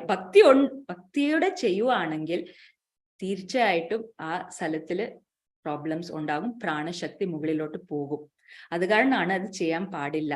ശരിക്കും ഞങ്ങൾ ഒരു നെയിംസേക്ക് ആയിട്ട് ചെയ്യുവാണെങ്കിൽ അതിലുള്ള ഒരു വ്യത്യാസം ഉണ്ടാകില്ല. പക്ഷെ ചില നാമങ്ങൾ തന്നെ പ്രാണശക്തിനെ ഇങ്ങനെ മുകളിലോട്ട് വലിക്കാനുള്ള കഴിവുള്ള നാമങ്ങളാണ് ഭഗവാന്റെ നാമങ്ങൾ. അതുകൊണ്ട് അത് ജപിക്കാൻ പാടില്ല. ആർത്തവ സമയം തന്നെ ഒരു സാധന സമയമാണ്. എന്തുകൊണ്ടാണെന്ന് ഞാൻ പറയാം. ഞങ്ങള് പുരുഷന്മാർ സാധന ചെയ്യുന്നത് എന്തിനാണ്? അതിൽ സാധനയോട് സിദ്ധി ലഭിക്കണം. സിദ്ധി എന്താണ്? സുഷുമ്ന നാഡി എന്ന് പറയുന്ന നട്ടിലെ സെന്ററിലുള്ള ആ നാഡി തുറക്കണം. ആ നാഡിയിലൂടെ ആണ് കുണ്ടലിനി ശക്തി മുകളിലോട്ട് പോകുന്നത്. ആർത്തവ സമയത്ത് ഞങ്ങൾക്ക് വേറെ ഒരു അസുഖം ഇല്ലെങ്കിൽ ആർത്തവ സമയത്ത് നാച്ചുറൽ ആയിട്ട് ഈ സുഷുമ്ന നാഡി കുറച്ച് സമയത്തേക്ക് തുറക്കും. സോ അപ്പോഴാണ് ഞങ്ങളുടെ ഇൻറ്റ്യൂഷൻ എല്ലാം വളരെ കൂടുതലാകുന്നത്. സോ സാധനയിലൂടെ ലഭിക്കുന്ന സിദ്ധി ആർത്തവ സമയത്ത് നമുക്ക് നാച്ചുറൽ ആയിട്ട് കിട്ടുന്നതാണ്. നാം എന്തുകൊണ്ടാണോ ഡിസ്ട്രാക്ട് ആയിട്ട് നാമം ജപിക്കണം, ഇത് ചെയ്യണം, ഒന്നും ചെയ്യേണ്ട ആവശ്യമില്ല. വേറെ സമയത്തില് ദേവി നമ്മളുടെ സെപ്പറേറ്റ് ആയിട്ടാണ്. പക്ഷെ ആർത്തവ സമയത്തില് ദേവി നമ്മുടെ ഉള്ളിൽ തന്നെ അനുഭവിക്കാൻ കഴിയും. അതിനെയാണ് നമ്മൾ ഒബ്സർവ് ചെയ്യേണ്ട ആർത്തവ സമയത്തിൽ. സോ ശരിക്കും വേറെ ഒന്നും ചെയ്യേണ്ട ആവശ്യമില്ല. ചെയ്താൽ പോലും ആ ഒരു ഭക്തി പോലും ഇന്റൻസ്. ഞാൻ ആര്യൻകാവിൽ പോയതിന് ശേഷം ശാസ്താവിനെ കുറിച്ച് ഓർക്കുമ്പോൾ തന്നെ ആ ഭക്തിയിൽ കൂടുതലായിട്ട് പ്രാണം ഇങ്ങനെ മുകളിലോട്ട് പോകുമായിരുന്നു. അത് കാരണമാണ് ആർത്തവ സമയത്തിൽ പെയിൻ ഉണ്ടായത്. സോ നാമം ജപിക്കുവാണെങ്കിൽ എന്ത് ചെയ്താലും പോലും ഭക്തിയോട് ചെയ്യുവാണെങ്കിൽ ആ സമയത്തില് ഇറ്റ് വിൽ ക്രിയേറ്റ് പ്രോബ്ലംസ്. ഇപ്പൊ ആർത്തവം നിന്ന് കഴിഞ്ഞിട്ടുള്ള സ്ത്രീകള് മോക്ഷധാമങ്ങളിൽ പോകുമ്പോൾ ഈ പറഞ്ഞ മാതിരി 7 കൊല്ലം കഴിഞ്ഞ് പോകുമ്പോൾ അവർക്ക് ബുദ്ധിമുട്ടൊന്നും ഉണ്ടാവില്ല. പക്ഷെ ആർത്തവം എത്താത്ത പെൺകുട്ടികളോ, അമ്മമാരെന്നുള്ള നിലയ്ക്ക് നമുക്കൊരു 10 വയസ്സ് 11 വയസ്സുള്ള പെൺകുട്ടികളെ നമ്മൾ ഏതൊക്കെ ക്ഷേത്രങ്ങളിലാണ് കൊണ്ടുപോകേണ്ടത്, ഏതൊക്കെ ക്ഷേത്രങ്ങളിൽ കൊണ്ടുപോകരുത്? അതോ കുട്ടികൾ എന്നുള്ള നിലയ്ക്ക് അവർക്ക് പ്രശ്നങ്ങളൊന്നും ഇല്ലെങ്കിൽ ഈ ക്ഷേത്രം എന്നുള്ള എക്സ്പീരിയൻസിന് വലിയ പ്രസക്തി ഇല്ല, അതുകൊണ്ട് leave it as it is എന്നുള്ളതാണോ സങ്കല്പം? ഞാൻ വളരെ ഇമ്പോർട്ടന്റ് ക്വസ്റ്റ്യൻ ആണ്. ഞാനൊരു ഇൻസിഡന്റ് ഷെയർ ചെയ്യാൻ ആഗ്രഹിക്കുന്നു. ഈ പുസ്തകം വായിച്ചതിന് ശേഷം ഒരു സ്ത്രീ എനിക്ക് ഇമെയിൽ അയച്ചതാണ്. കേരളത്തിലുള്ള സ്ത്രീയാണ്. ആ സ്ത്രീ പറഞ്ഞു, ഞാനൊരു 8 or 9 വയസ്സിന്റെ ആ പ്രായത്തിലുള്ളപ്പോൾ എൻ്റെ അച്ഛൻ എപ്പോഴും ശബരിമലയിലോട്ട് എന്നെ കൂട്ടിക്കൊണ്ട് പോകുന്നതാണ്. ശബരിമലയിൽ ഇപ്പോൾ ഉള്ള നിയമവും അതാണല്ലോ. ആർത്തവം തുടങ്ങുന്ന മുമ്പായിട്ടുള്ള കുട്ടികളെ കൂട്ടിക്കൊണ്ട് പോകാൻ കുഴപ്പമൊന്നുമില്ലെന്നാണ് ഇപ്പം പറയുന്നത്. പക്ഷെ ആ സ്ത്രീ പറഞ്ഞു, അങ്ങനെ ഒരു പ്രാവശ്യം പോയപ്പോൾ മകരവിളക്കിന്റെ ആ ഒരു ദിവസം ഒരു ഇന്റൻസ് ആയിട്ടുള്ള ഒരു അനുഭവം ഉണ്ടായി. 9 വർഷത്തിന്റെ കുട്ടിയാണ്. ആ കുട്ടിക്ക് മനസ്സിലായി പോലും ഇല്ല അത് എന്താണ് സംഭവിച്ചതെന്ന്. പക്ഷെ ബോഡിയിൽ മുഴുവനും ഒരു ഗൂസ് ബംസ് ഉണ്ടായ ഒരു ഇന്റൻസ് ആയിട്ട് എന്തോ ഒന്ന് സംഭവിച്ചു. അതിന്റെ ശേഷം 13 ഇയേഴ്സിൽ പീരീഡ് തുടങ്ങി. ആദ്യത്തെ ദിവസം മുതൽ ആ കുട്ടിക്ക് പല രീതിയിലുള്ള പ്രോബ്ലംസ് ആണ്. അത് കഴിഞ്ഞ് ഡോക്ടേഴ്സിന്റെ അടുത്ത് പോയപ്പോൾ അവർ കൊടുത്ത മെഡിസിനിൽ പീരീഡ് നിന്നില്ല, കണ്ടിന്യൂസ് ആയിട്ട് ബ്ലീഡിങ് നടക്കുവാണ്. അങ്ങനെ പല രീതിയിലുള്ള ട്രീറ്റ്മെന്റ്സും ട്രൈ ചെയ്തു ആ കുട്ടി. പക്ഷെ ഏറ്റവും ഇമ്പോർട്ടൻ്റ് ആയിട്ട് കരഞ്ഞുകൊണ്ട് പറഞ്ഞത് എന്താണെന്ന് വെച്ചാൽ, ആ ഒരു എക്സ്പീരിയൻസിന്റെ ശേഷം വളരെ ഒരു ഫെമിനിൻ ആയിട്ടുള്ള ഒരു കുട്ടിയായിരുന്നു. പക്ഷെ ബോഡിയിൽ ചില മാറ്റങ്ങൾ, വളരെ മാസ്കുലൻ ആയിട്ടുള്ള ട്രീറ്റ്സ് ഉണ്ടാകാൻ തുടങ്ങി. മുഖത്തിലും ശരീരത്തിലും കൂടുതൽ ഒരു ഹെയർ ഗ്രോത്ത് ഉണ്ടായി. അവരുടെ ശബ്ദത്തിലും മാറ്റങ്ങൾ ഉണ്ടായി. പിന്നെ ഒരു ഇച്ചിരി മസ്കുലർ ആയിട്ടുള്ള ഒരു പ്രോസസ്സ് തുടങ്ങി. ഞങ്ങൾ ഓർക്കുന്നത്, ചെറിയ പ്രായത്തിലുള്ള കുട്ടികൾക്ക് ഈ ഭക്തിയുടെ ഇന്റൻസിറ്റി അറിയാൻ കഴിയില്ല, സോ കുഴപ്പമില്ല കുട്ടിക്കൊണ്ട് പോവാൻ. പക്ഷെ അത് സംഭവിച്ചാൽ വാട്ട് ഹാപ്പൻസ്? ആജ്ഞാചക്ര അത്രമാത്രം സക്രിയമാകുമ്പോൾ പിറ്റ്യൂട്ടറി ഓവർ ക്രിയേറ്റ്സ് ടെസ്റ്റോസ്റ്ററോൺ. അങ്ങനെ ഹോർമോൺ ചേഞ്ചസ് ആ വയസ്സിലും ഉണ്ടാകാൻ സാധ്യതയുണ്ട്. സോ ശരിക്കും ഇതിന്റെ ശേഷം ഞാൻ പലരോടും ചോദിച്ചു, ഈ ഒരു നിയമം ശബരിമലയിൽ ഉള്ളത് റീസെന്റ് ആയിട്ട് വന്നതാണോ, അല്ലെങ്കിൽ പണ്ട് കാലത്തിലും ഇങ്ങനെ ചെറിയ പ്രായത്തിലുള്ള കുട്ടികളെ കൊണ്ടുപോകുമായിരുന്നു എന്ന് ഞാൻ ചോദിച്ചു. ഇനിയും സ്പഷ്ടമായിട്ടുള്ള ഉത്തരം കിട്ടിയിട്ടില്ല. പക്ഷെ ഇത് ശരിക്കും നടന്ന സംഭവമാണ്. എൻ്റെ കയ്യിൽ ഇമെയിലും ഉണ്ട്. ഈ ഒരു കഥ ഷെയർ ചെയ്യാൻ ആ സ്ത്രീ എനിക്ക് പെർമിഷൻ തന്നിട്ടുണ്ട്. അവരുടെ പേര് പറയാതെ ഞാൻ ഷെയർ ചെയ്യുന്നതാണ്. പക്ഷെ ഇത് സംഭവിക്കാൻ സാധ്യതയുണ്ട്. സോ അങ്ങനെ ആലോചിക്കുമ്പോൾ കുട്ടികൾക്ക് അധികമായിട്ട് താഴത്തെ ചക്രങ്ങൾ, ഉയർന്ന സ്ഥലങ്ങൾ, സക്രിയമാകുന്ന സ്ഥലങ്ങൾ, ഗണപതിയുടെ ക്ഷേത്രങ്ങൾ, ദേവിയുടെ ഏത് ക്ഷേത്രമായാലും, വിഷ്ണുയുടെ ക്ഷേത്രം, ഇങ്ങനത്തെ സ്ഥലങ്ങളിൽ, അല്ലെങ്കിൽ അയ്യപ്പനായാലും ഗൃഹസ്ഥനായിട്ട് ഉള്ള ആ ഭാവത്തിലുള്ള ക്ഷേത്രങ്ങളിൽ ഡെഫിനറ്റ്ലി കൂട്ടിക്കൊണ്ട് പോകണം. They should have that experience. And താഴത്തെ ചക്രങ്ങൾ ശരിക്കും സക്രിയമാകുമ്പോൾ ഹെൽത്ത് വൈസ് ഒരു ഇംപ്രൂവ്മെന്റ് ഉണ്ടാകും. ലൈഫിൽ ഒരു ഭയം ഉണ്ടാകില്ല, ഇൻസെക്യൂരിറ്റി ഉണ്ടാകില്ല. സോ അതൊക്കെ നല്ല ഒരു അനുഭവങ്ങളാണ്. And you must take them. പക്ഷെ പേഴ്സണലി ഐ തിങ്ക് മോക്ഷധാമത്തിലോട്ടും ശിവനുള്ള ക്ഷേത്രത്തിലോട്ടും, ശിവതത്വം പല പ്രാവശ്യം മോക്ഷത്തിന്റെ ആ ഒരു സങ്കല്പത്തോടാണ്. അങ്ങനത്തെ ക്ഷേത്രങ്ങളിൽ കൂട്ടിക്കൊണ്ട് പോകരുത്. പോയാൽ പോലും അതിന്റെ ഇമ്മീഡിയറ്റ്ലി ആഫ്റ്റർ ദാറ്റ് ഒന്നില് ഗണപതി അല്ലെങ്കിൽ ദേവിയുടെ ക്ഷേത്രത്തിൽ കൂട്ടിക്കൊണ്ട് പോകണം. ടു ബ്രിങ് ബാക്ക് ദ പ്രാണ. മുകളിലോട്ട് കയറിയ പ്രാണത്തിനെ തിരിച്ച് താഴോട്ട് കൊണ്ടുവരണം. സോ അങ്ങനെ അവോയ്ഡ് ചെയ്യാൻ കഴിഞ്ഞില്ല. ഒരു ഗ്രൂപ്പിലാണ് പോയത്. അങ്ങനെ പലരും പറയാറുണ്ട്. കേദർനാഥിലൊക്കെ പോയപ്പം ഞാനും പോയി. അങ്ങനെ സംഭവിക്കാൻ എന്ത് ചെയ്യാനാണ്? ഉടനെ ഒരു ദേവിയുടെ ക്ഷേത്രത്തിൽ, യൂഷ്വലി അവിടെ തന്നെ ദേവിയുടെ ഒരു ഗുടി ഉണ്ടാവും. പക്ഷെ ഞങ്ങൾ ആരും അത് അത്രയും മാത്രം കാര്യമാക്കാറില്ല. കാശിയിലോട്ട് പോകുമ്പോൾ കാശി വിശ്വനാഥ് എന്ന് പറഞ്ഞ് നമ്മൾ പോകും. അവിടെ തന്നെ ദേവിയുടെ ഒരു ക്ഷേത്രമുണ്ട്, അവിടെയും പോകണം. Very important. പക്ഷെ അങ്ങനെ ഞങ്ങൾ ഒരു കോൺഷ്യസ് ആയിട്ട് പോകുവാണെങ്കിൽ we will know where to take them. ഇപ്പോ ക്ഷേത്രവുമായിട്ട് ബന്ധപ്പെട്ട പ്രധാനപ്പെട്ട റൂൾസ്, പുരോഹിതൻ, ഓദിക്കൻ, അങ്ങനെയൊക്കെ റൂൾസ് ഉള്ളത് നമ്മുടെ വർണ്ണ പദ്ധതിയായിട്ട് ഇഴുകി ചേർത്തി വെച്ചിട്ടുണ്ട്. അതും ഇതുമാതിരി വല്ല റീസൺസ് കാരണമാണോ അത് വർണ്ണ പദ്ധതിയായിട്ട് ലിങ്ക് ചെയ്ത് വെക്കാൻ കാരണം? ഈ ഒരു ചോദ്യം ആക്ച്വലി രണ്ടാമത്തെ നെക്സ്റ്റ് ടോക്കിനായിട്ട് ഉള്ള ഒരു ടോപ്പിക്കാണ്. അത്രമാത്രം ഡെപ്ത് ഉണ്ട് വർണ്ണം എന്ന് പറയുമ്പോൾ. ലളിതാ സഹസ്രനാമത്തില് ദേവിയുടെ ഒരു പേരാണ് വർണ്ണാശ്രമ വിധായിനി. ദേവിക്ക് അങ്ങനെ ഒരു പേരുള്ളപ്പോൾ അതിന്റെ അർത്ഥം എന്താണ്? വർണ്ണം എന്ന് പറയുന്നത് ഒരു മനുഷ്യൻ സൃഷ്ടിച്ച സോഷ്യൽ കൺസ്ട്രക്ട് അല്ല, ബയോളജിക്കൽ ആയിട്ട് ജന്മത്തോടെ ഉള്ള ഒരു ക്വാളിറ്റി, ഒരു ഗുണമാണ്. ഇതാണ് ആദ്യം നാം മനസ്സിലാക്കേണ്ടത്. രണ്ടാമതായി, ഇപ്പം ഞങ്ങള് ചക്രം, ഓരോരോ ചക്രം, ആ ഓരോരോ ചക്രത്തില് ഉള്ള ഗുണത്തെ ഒരു വർണ്ണിച്ചു. കൂടുതൽ ആഴത്തിലല്ല, പക്ഷെ ഒരു ഹൈലൈറ്റ് ആയിട്ട് ഇപ്പം പറഞ്ഞു, മനസ്സിലാകാൻ കഴിഞ്ഞു. ഇപ്പം ഈ ചക്രങ്ങളിലുള്ള ഗുണത്തെ ഭഗവത്ഗീതയില് ശ്രീകൃഷ്ണൻ ചാപ്റ്റർ 18 വർണ്ണത്തെ ഡിസ്ക്രൈബ് ചെയ്യുമ്പോൾ എഴുതിയ ഗുണങ്ങളെ, ഗുണം കർമ്മം, അതിനെ കമ്പയർ ചെയ്ത് നോക്കിയാൽ ഓരോരോ വർണ്ണത്തിന് ഏത് ചക്രത്തിലോട്ടാണ് മാച്ച് ആകുന്നതെന്ന് മനസ്സിലാകാൻ കഴിയും. ഇതെല്ലാവർക്കും ചെയ്യാൻ കഴിയുന്ന ഒരു ഹോംവർക്ക് ആണെന്ന് കരുതിക്കോ. ചക്രത്തിന്റെ ഗുണങ്ങളും ഭഗവത്ഗീതയിൽ ശ്രീകൃഷ്ണൻ പറഞ്ഞ ഗുണങ്ങളും വർണ്ണത്തിലോട്ട് കമ്പയർ ചെയ്ത് നോക്കുമ്പോൾ ഓരോരോ വർണ്ണം 1, 2, 3 ചക്രത്തിലോട്ട് മാച്ച് ആകുന്ന ഗുണങ്ങളുള്ളതാണ്. എന്ന് വെച്ചാൽ വർണ്ണം എന്ന് പറയുമ്പോൾ നമ്മുടെ ഉള്ളില് അത്രയും മാത്രം വൈബ്രേഷന്റെ കപ്പാസിറ്റി ഉണ്ട് എന്നാണ് അർത്ഥം. അത്രയും മാത്രം വൈബ്രേഷന്റെ കപ്പാസിറ്റി ഉണ്ട്. ഞങ്ങള് ശൂദ്രവർണ്ണം എന്ന് പറയുമ്പോൾ, അല്ലെങ്കിൽ ആർത്തവ പ്രായത്തിലുള്ള സ്ത്രീകൾ എന്ന് പറയുമ്പോൾ, നമ്മുടെ വൈബ്രേഷൻ കപ്പാസിറ്റി അധികമായിട്ട് താഴത്തെ ചക്രങ്ങൾ, മൂലാധാര, സ്വാധിഷ്ഠാന എന്ന ഈ 2 ചക്രങ്ങളിലോട്ട് മാച്ച് ആകുന്നതാണ്. ബ്രാഹ്മണർ, നമ്പൂതിരിമാർ എന്ന് പറയുമ്പോൾ മുകളിലുള്ള ചക്രം, വിശുദ്ധിന്ന് മുകളിലുള്ള ഈ ആജ്ഞാ സഹസ്രാര ചക്രത്തിന്റെ ഏറ്റവും ഹയസ്റ്റ് വൈബ്രേഷൻ ഉള്ള ശരീരമാണ്. എന്ന് വെച്ചാൽ ആ ശരീരത്തിന് മാത്രം ആ ഒരു വൈബ്രേഷൻ താങ്ങാനുള്ള കഴിവുള്ളത്. ആ വൈബ്രേഷൻ വരെ പോകാനുള്ള കഴിവില്ലാത്തവര് ആ വൈബ്രേഷനുള്ള ക്ഷേത്രത്തിൽ പ്രവേശിച്ചാൽ അവരുടെ ശരീരത്തിൽ ഓക്സിഡേറ്റീവ് സ്ട്രെസ് എന്ന് പറയുന്ന ഒരു പ്രക്രിയ ഉണ്ടാകും.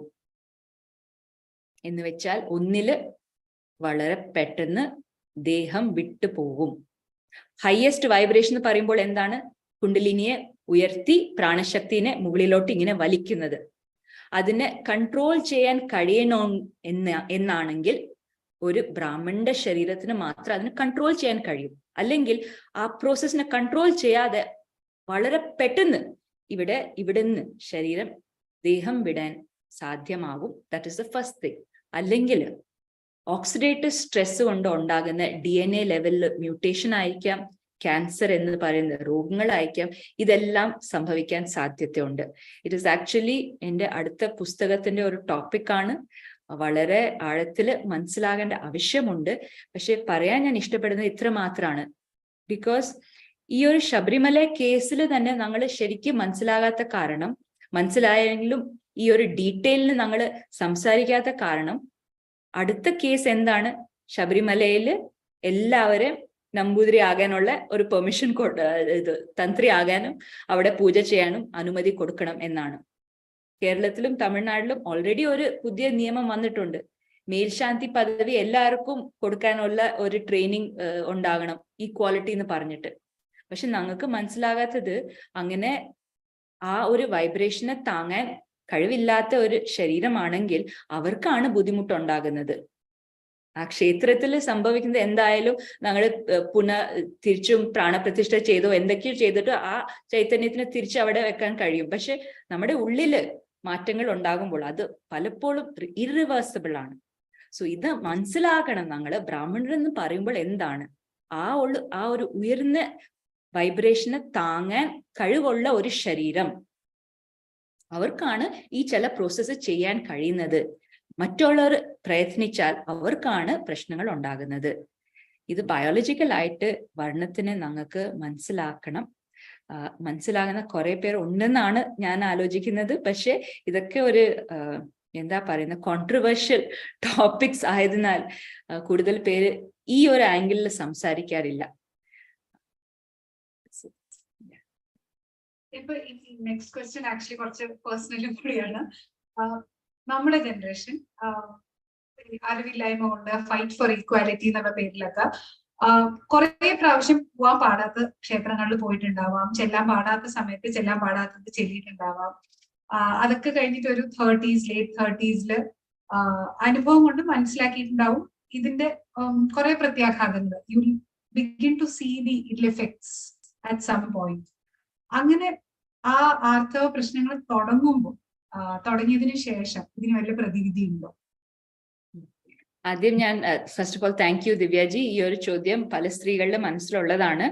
ഞാൻ എപ്പോഴും സ്ത്രീകളോട് റിക്വസ്റ്റ് ചെയ്യുന്നത് ഇതാണ്: ഇങ്ങനെ സംഭവിച്ചിട്ടുണ്ടെങ്കിൽ എനിക്കറിയാം, വളരെ പേഴ്സണൽ ആണ്, പക്ഷെ നിങ്ങൾ ഇതിനെക്കുറിച്ച് അറ്റ്ലീസ്റ്റ് നിങ്ങളുടെ ഒരു സർക്കിൾസിൽ സംസാരിക്കാൻ തുടങ്ങണം. എന്തുകൊണ്ടാണെങ്കിൽ ഞാൻ മാത്രം ഇങ്ങനെ പബ്ലിക്ലി വന്ന് പറയുമ്പോൾ കേസിന് എന്തുകൊണ്ടാണ് ഈ ഒരു ആംഗിൾ ഞങ്ങൾ പ്രസന്റ് ചെയ്യാത്തത്? ഇതിന് എവിഡൻസ് എവിടെയാണെന്ന്. പല സ്ത്രീകൾക്കും അനുഭവത്തോടെ ഉള്ളതാണ് എവിഡൻസ്. പക്ഷെ അതിനെ ആരും പറയാത്ത കാരണം ഞങ്ങൾക്ക് അറിയുന്നവർക്ക് മാത്രം അറിയാം. സോ ആദ്യം ഇറ്റ് ഇസ് മൈ റിക്വസ്റ്റ്, നിങ്ങൾ പബ്ലിക്ലി ഇതിനെക്കുറിച്ച് സംസാരിക്കാൻ കഴിഞ്ഞില്ലെങ്കിലും ഐ അണ്ടർസ്റ്റാൻഡ്, പക്ഷെ അറ്റ്ലീസ്റ്റ് നിങ്ങൾക്ക് അറിയുന്ന ആ ഒരു ഗ്രൂപ്പില് ഇത് സംഭവിക്കും, ഇത് ശരിയാണ്, ഇത് സയന്റിഫിക് ആണെന്ന് തെളിയിക്കണം. അതൊരു റിക്വസ്റ്റ്, എന്റെ പേഴ്സണൽ റിക്വസ്റ്റ് ആണ്. രണ്ടാമതായി, ഇങ്ങനെ സംഭവിച്ചാൽ അലോപ്പത്തിയിൽ ഗൈനക്കോളജിയിൽ ഇതിൽ ഒരു പരിഹാരവും ഇല്ല. ഇത് സംഭവിക്കും എന്ന് പോലും അവര് അംഗീകരിക്കത്തില്ല. So that is no use. അവിടെ പോയാൽ എൻഡിൽ സർജറി ചെയ്തിട്ട് യൂട്രസ് റിമൂവ് ചെയ്യണം എന്നാണ് പറയുന്നത്. പക്ഷെ ആയുർവേദത്തിലും ഹോമിയോപ്പത്തിയിലും ചികിത്സയ്ക്ക് ട്രൈ ചെയ്യാൻ കഴിയും. ഇങ്ങനെ സംഭവിച്ചാൽ ചില ക്ഷേത്രങ്ങൾ, ദേവിയുടെ ക്ഷേത്രങ്ങൾ പോയി സന്ദർശിച്ചാൽ അവിടെ പോകുമ്പോൾ പൂജ ചെയ്യുന്നത് അല്ലെങ്കിൽ ഒരു റിച്വൽ ചെയ്യുന്നതല്ല ഇമ്പോർട്ടൻറ്റ്. അവിടെ പോയി ദേവിയുടെ ആ ചൈതന്യത്തിന് ഞങ്ങള് ഭക്തിയിലൂടെ സറണ്ടർ ചെയ്യുമ്പോൾ ആ ചൈതന്യം നമ്മുടെ ഉള്ളിൽ ആ മാറ്റങ്ങൾ ഉണ്ടാക്കാൻ കാരണമാകും. ഉദാഹരണത്തിന് ചെങ്ങന്നൂർ ഭഗവതി ക്ഷേത്രം, അല്ലെങ്കിൽ ആസാമിലുള്ള കാമാഖ്യ പീഠം, അല്ലെങ്കിൽ തമിഴ്നാട്ടില് ഗർഭരക്ഷാംബികൈ. ഈ എല്ലാ ക്ഷേത്രവും ശരിക്കും ആ സ്വാധിഷ്ഠാന ചക്രത്തില് എന്തെങ്കിലും ബുദ്ധിമുട്ടുകൾ ഉണ്ടെങ്കിൽ അതിനെ ശരിയാക്കാനുള്ള ചൈതന്യമുള്ള ക്ഷേത്രങ്ങളാണ്.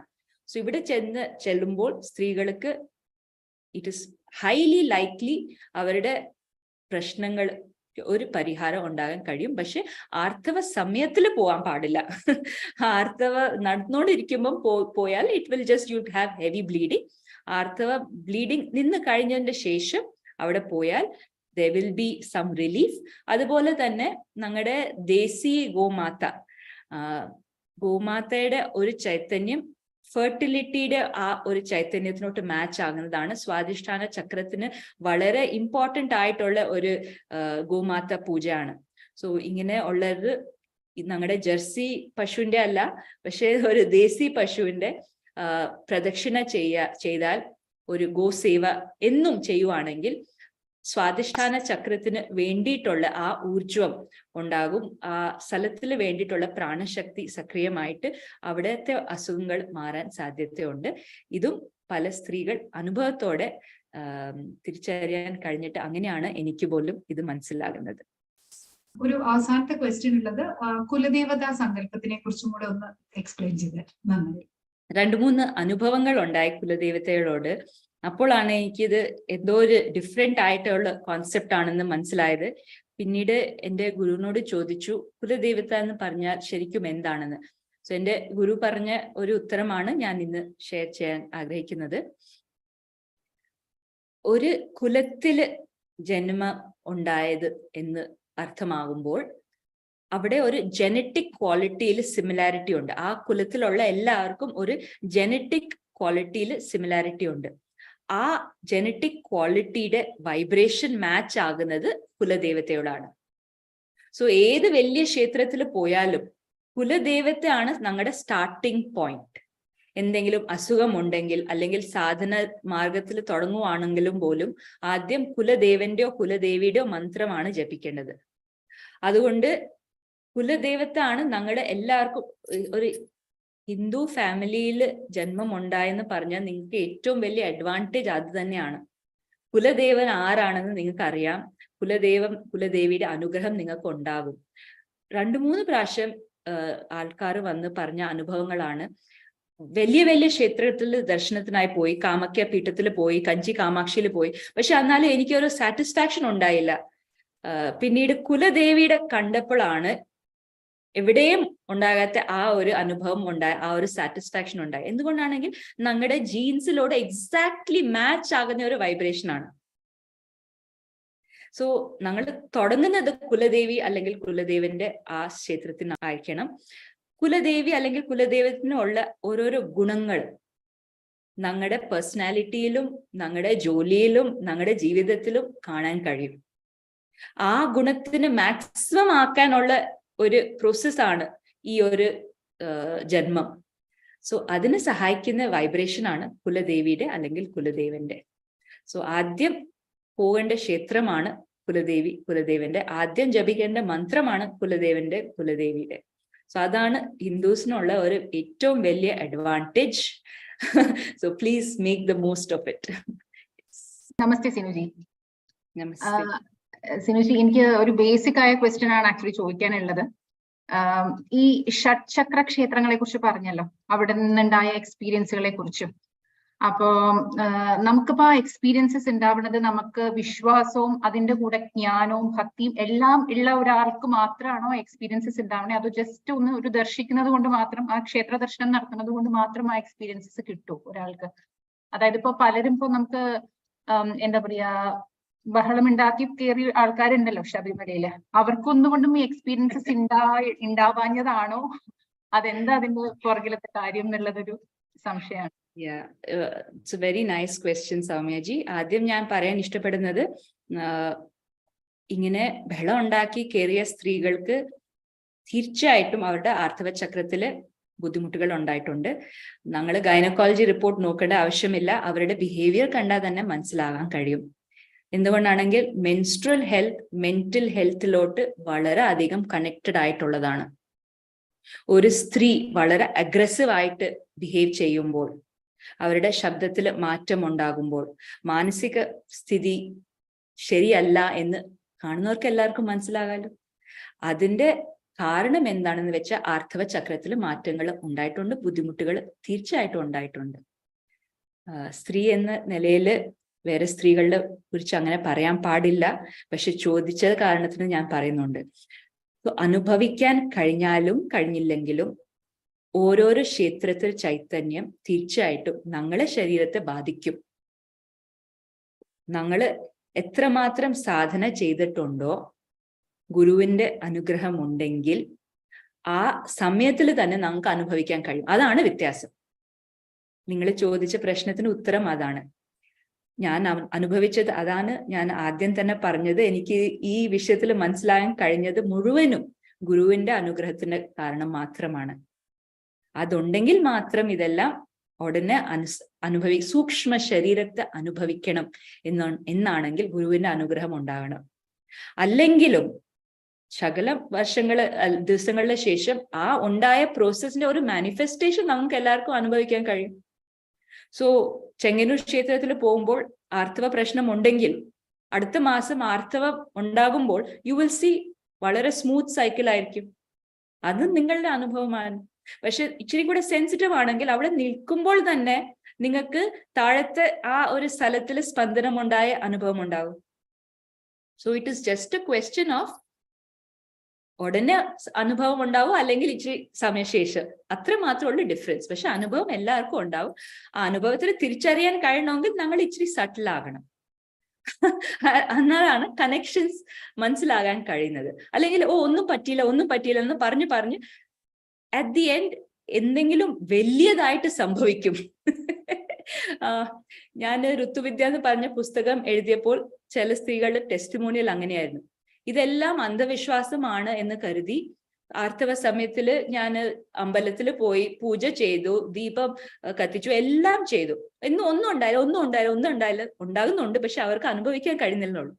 പിന്നീട് മെനോപോസിന് സമയം ആയപ്പോഴാണ് എല്ലാം കൂടെ ഒന്ന് ഓൾ ടുഗെദർ ഒരു വലിയതായിട്ട് അനുഭവം ഉണ്ടായി. പീരിയഡിന്റെ ബ്ലീഡിങ് നിന്നിട്ടേ ഇല്ല, പെയിൻ ഉണ്ടായി. അതെല്ലാം കൂടെ ചേർന്ന് so until menopause is over ആർക്കും തീർച്ചയായിട്ടും പറയാൻ കഴിയില്ല ഒന്നും ഉണ്ടായില്ല പറയാൻ കഴിയില്ല. You are just not able to recognise. സംഭവിക്കുന്നുണ്ട് ഉള്ളില്, പക്ഷെ അതിനെ തിരിച്ചറിയാൻ കഴിയുന്നില്ലെന്നേ ഉള്ളു. So experience happens for all. Either we are able to recognize it through sadhana, through Guru's anugraha, or we will know it later as a manifestation.